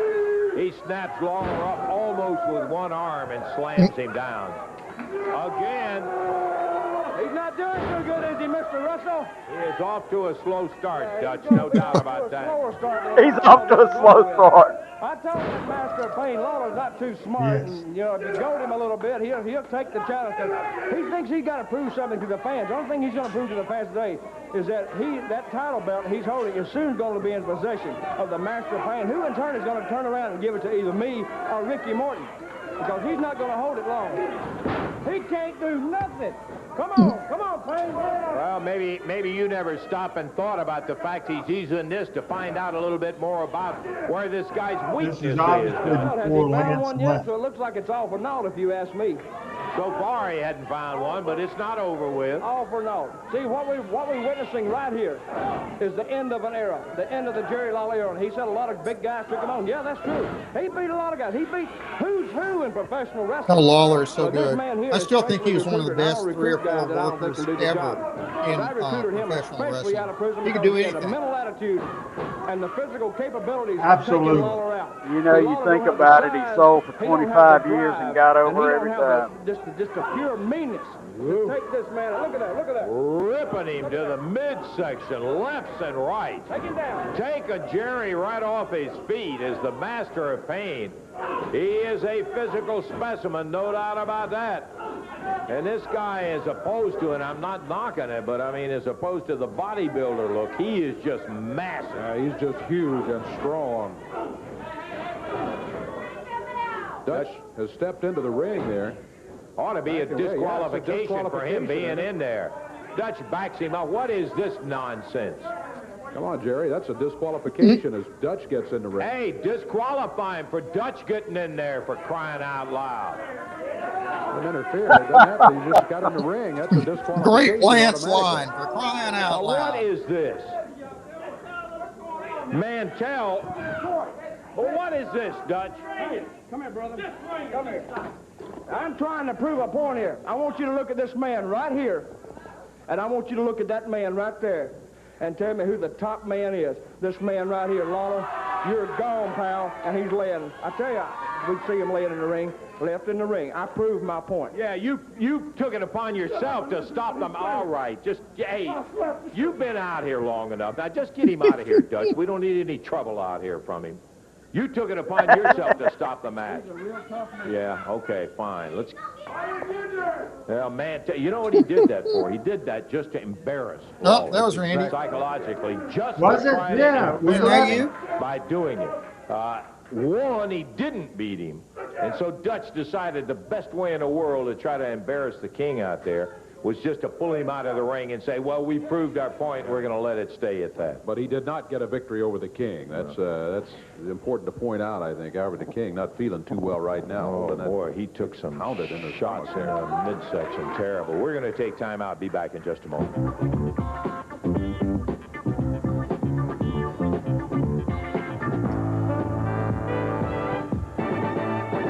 We'll start with you, Rusty, first. What did you think about the Master of Pain? Would you ever have believed, and was in it, first of all, I'm rambling, but in 89, were you still around Memphis or were you gone? No, I was in New Orleans then, so I didn't see these matches until later on, on tape. And you could have looked at him then, though, in 89, and you saw what a great body he had, but he was very green at that time. I mean, you might not have predicted how far he would go. Yeah, it's just a tremendous, tremendous talent. One-sided match with Lawler, and that's the professional wrestling profession. That's how professional Jerry Lawler was. Mo top, baby. Do you see Dusty Rhodes doing that? No, I've never seen Dusty do that. I've never seen Flair do that. I've never seen many people do that. Nobody could sell like that. No. No. It's absolutely unbelievable. Talking Memphis wrestling, here we go with some bad video as far as quality. My favorite TV show I ever produced in my life is probably the worst quality video, the actual video part of any of the library that we have. There's not a clean copy of this. This is a return of Lance Russell from March the 5th, 1994. And it's just poor video. It's great content because, again, my point is somebody goes away. And he was away for 5 years. And I think everybody will agree, even though Dave was great, Michael St. John was great, there was other great, but it was not the same with Lance Russell, not on that TV show. Do both of you guys agree with that statement? Absolutely. Yes, sir. The return of Lance Russell with bad video, but you get my point here. My favorite It takes show. you back. And for 21 years, I worked with a man who, for 30 years, used to open the championship wrestling show. Here's how Lance Russell did it. Hello again, everybody. Lance Russell and Dave Brown right along ringside, and by golly, we're ready to go with another big day. Championship wrestling action. We got plenty of wrestling scheduled today, Dave. Hey, yes, we do. We got plenty of wrestling scheduled today. We also have something very special scheduled for you today. We promised you last week. Get ready, fans. not only one of the greatest wrestling announcers of all time, probably the greatest in my mind. My friend, here's Lance Russell.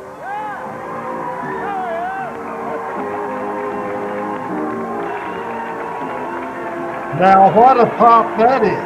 Oh, That's the baby face.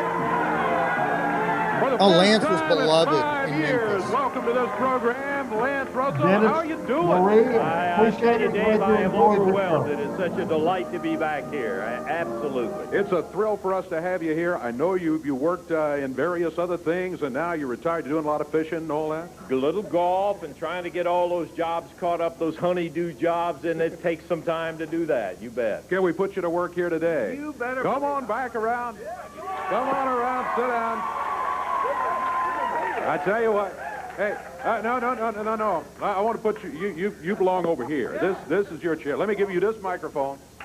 Okay, thank you, Dave. Yeah, and I'll be right here. And let's go. Let's see. What do we have coming up here? We've got a couple of things coming up. But I think we better do that famous thing like take a break first, all right? Why don't we do that? All right. We'll be back in just a moment with more Memphis Memories. If you have a prize racehorse, a thoroughbred, a champion, and he breaks his leg, what do you do to him? What do you do to him, Lance? You shoot him, right? Oh, with the big Oh, that was so good. Memory show right here. Eddie Marlin, it is so good Boy, to see I'm you, my telling you, friend. it's good to see you, Dave. It really brings back memories. And you know, Lance, where I'm out of here, I travel all over the country to these smaller towns and all, and everybody says, what's the prices? You've got such a big night of wrestling in Memphis. I know the prices are going to be way up. This is Memphis Memories. This goes back in the 60s, 70s, 50s, Yeah. So in order to make this complete, our prices will be established on those that was in the Memories in about 1974. It wouldn't be at Memphis Memories if all of that Coliseum wasn't jam-packed up top like it always is, in the 70s and 80s. Retired as a wrestler. So He came Memphis to Memories see every Gentlemen, Saturday and Memphis every Monday at that point. Wow. $3. Hey, who said this guy didn't have a big heart? $5 for the load, $6 for the ringside, and to make it complete, like I say, it needs to be full all the way to the top, where not only see guys like this, see a lot of the old-time fans up there that used to come when Eddie Marlin was wrestling. We hope they will. Thank you Hey, very much. Jimmy Hart used to talk about how tight Eddie Marlin is. I don't believe that holds We're not true going to be anymore. tight that night. Memphis, Okay, Memphis, Eddie. Monday night. Thank you for that very good news. Boy, that's great. The prices we thought were a memory, too. The price rollback in the mid-70s level, that is spectacular, and that means everybody can come on down. Everybody can join us right down there, and I think that would be a good thing if Eddie, as Eddie said, if we had it filled right Oh, I to bought the many top, a 'cause I remember ringside those seat good for old days. $6. Yeah. Okay, we are Absolutely. set and ready, Dave, to check and be sure. Oh, I know. Talking about, I mentioned him just a moment ago, Jimmy Hart. This guy probably gave us as much trouble as anybody. I have one very fond memory of it, flowers raining down and all. Jimmy Hart, the one thing I have never said bad about him, and that is about his music. He is quite a songwriter. And Jimmy, with his heart still in Memphis wrestling, off and running somewhere else, but he has written a song called Monday Memories, and I think anybody who has ever been touched by Memphis wrestling on Monday night will really appreciate it. We also want to thank Randy West, who did a fabulous job of putting together the video for He us. always puts together great video for us. He's done a super job these last few weeks, along with Randy Hales. And it is indeed a pleasure to introduce for the first... We'll see that in just a minute. Just a funny story. So back then, it changed in the Power Pro days, but our production room was a little small bathroom and a shower in it. You have to go to another door with the thing, but it was at that point it was Lance, Dave, and me, and I was running over the television. This is a little inside information, and so say first interview, just whoever, say Eddie Gilbert, I would get somebody, or I'd maybe open the door and say Eddie Gilbert, and you bring people in as you were doing the segments. So we had somebody in there, and Lance and Dave, and we were doing the production production, looking at the format, and I go segment by segment by segment. Whatever segment I'd send for the talent, and the talent would come in, and I'd lay out whatever. So about in the middle of that, Lawler opens the door, and this wasn't always a good thing, and he didn't look mad or anything. He just opened the door and he said, "Hey, Randy, can you slip away?" He said, "It'll take about 30 seconds. I need to talk to you around the corner." So I said, "Okay."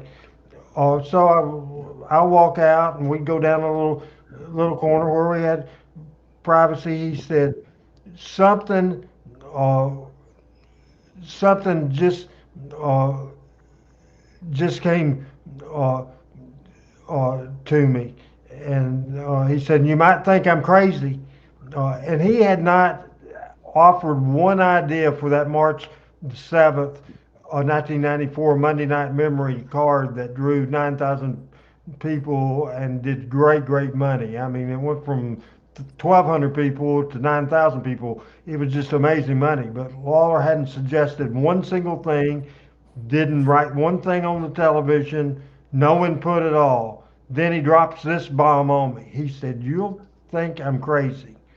Then he said, "This is what I think we should do. Call the Coliseum and tell them you want to change general admission tickets to $3." And he said, "Have you go out there and you make that announcement." He said, "You be the baby face, so you're doing it in the memories, blah, blah, blah." He said, you might think I'm crazy." I said, "The only thing I think you're crazy about is I don't think I should do that." And he looked all sad. He said, "Well, I just wanted to pitch an idea." He was going to let me, he thought I was saying no. I was saying no to me doing it. I said, "I think it'd be more effect if Eddie does it." And he said, "Oh, that'd be greater." And so we had Eddie do it. So that's the behind the scenes story of the Prices. Is that interesting to you, Pat? That is interesting. That is interesting. And how about to you, Rusty, on me kind of going inside a little bit about how we handled TV Day? Oh yeah, and it was perfect for Eddie to do it because everybody knew Eddie from years and years ago. They didn't really know you that much at that point, so it's way better to have Eddie do it. Uh, Absolutely, no doubt about it. In the video storage segment, we hadn't done this in a long time, and I'm sure Rusty's seen it, but he hadn't seen it while we've been on. Adam, if in the video, not the in the design area, but in the video storage deal, the Monday Night Memories, and listen carefully to the words of Jimmy Hart in this song he wrote, and Adam has not seen it. You know, there's a possibility that I might have. Oh no, there it is, and I'll play it right now. It's the very first. Found a program stuck back Listen in my to the drawer. words. It was faded, it was torn. I couldn't wait till I looked inside. Some are gone, some are still alive. I watched them every Saturday on TV. Yeah, I think I couldn't wait till they the one that was emotional one, Hogan.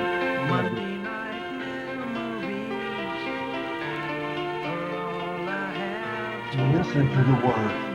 Beautiful song.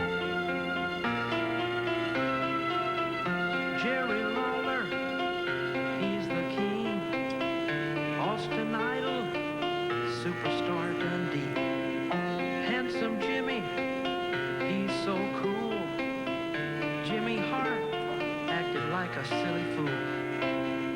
I watched them every Saturday on TV. I couldn't wait till they climbed in the ring. Monday night memories are all I have to remind me of you. Plowboy Frazier.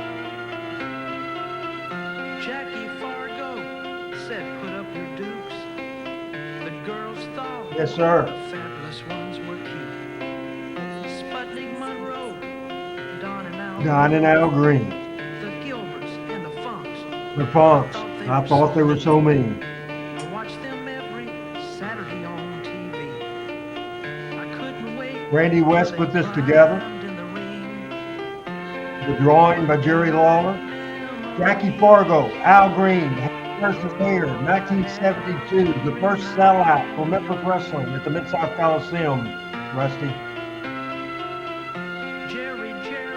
Oh, I remember that. Yes. Tojo. When he he was died? always my favorite from that era. Yes. When we would play wrestling in the backyard with kids in my neighborhood, I always wanted to be Tojo. Lance Russell, they call Banana Nose. Dave Brown was his sidekick, everybody knows. Monday night memories are all I have to remind me of you.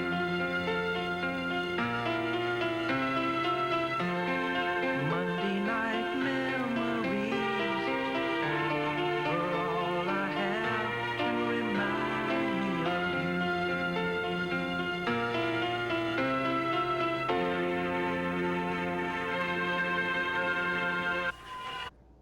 All right, Monday Night Memories. Rusty, we will let you comment on that. Pat, we've beat it to death because it's one of my favorite things that I ever was involved with. What did you think about that song and video, Lance coming back, that whole situation? What's your thoughts on that?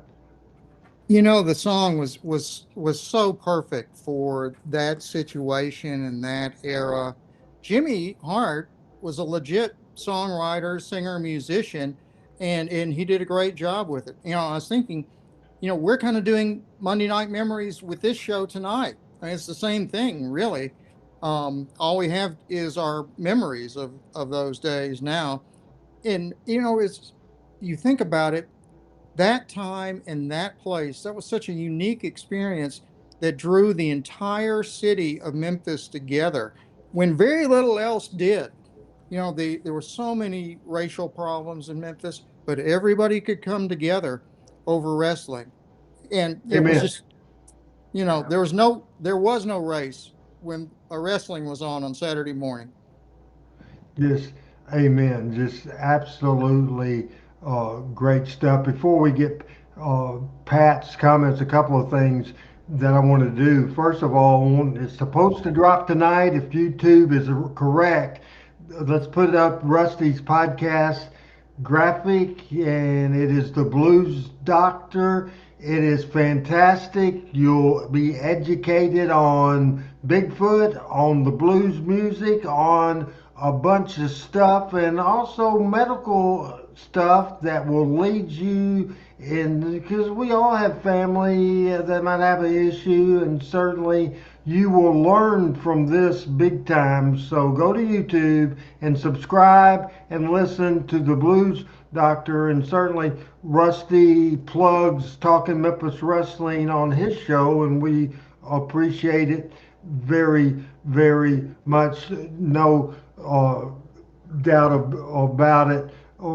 Rusty, just final, I appreciate you coming in and helping us out with no Chris, no Michael, and for half the show, no Pat.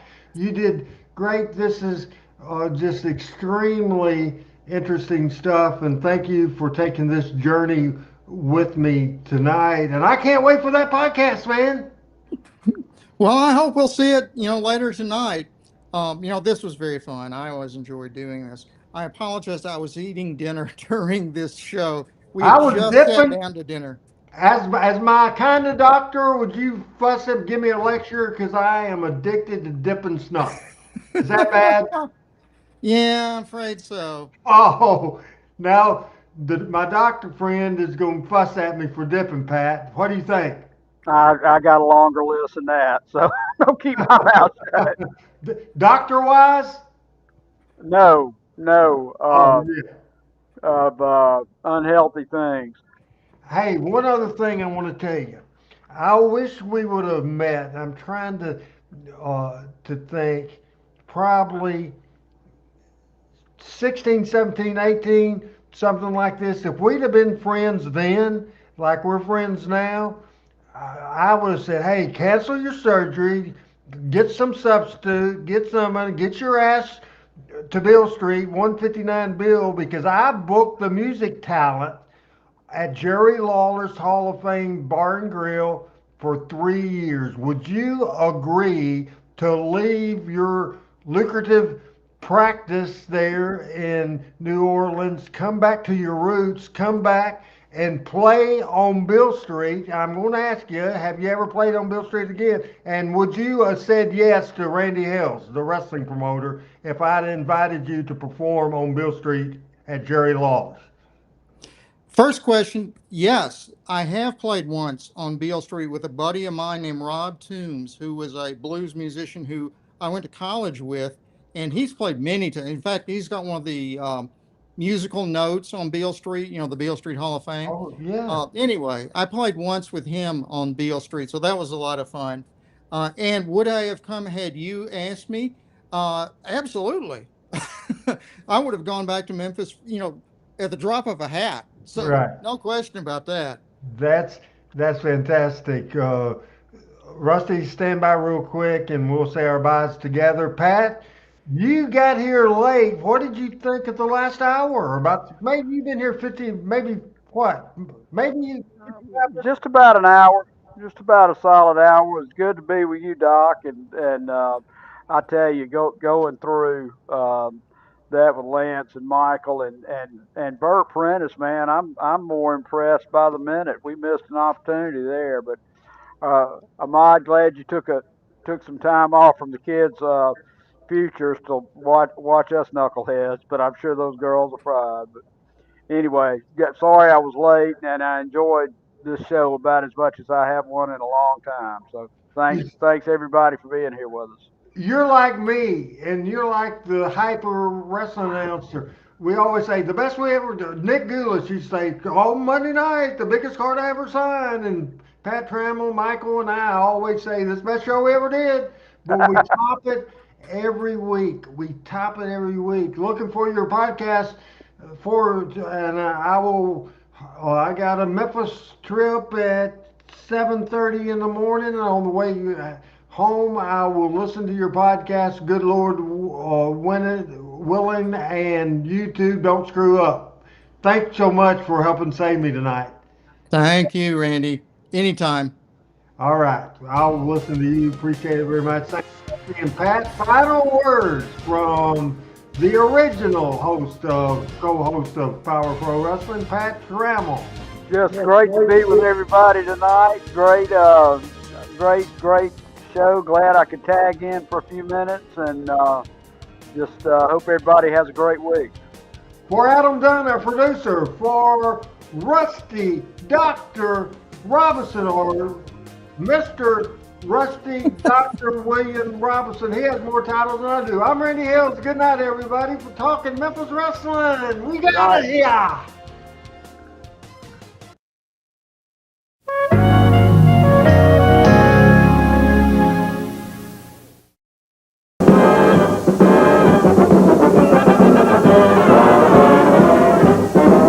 You'll see America's favorite sport on WHBQ television.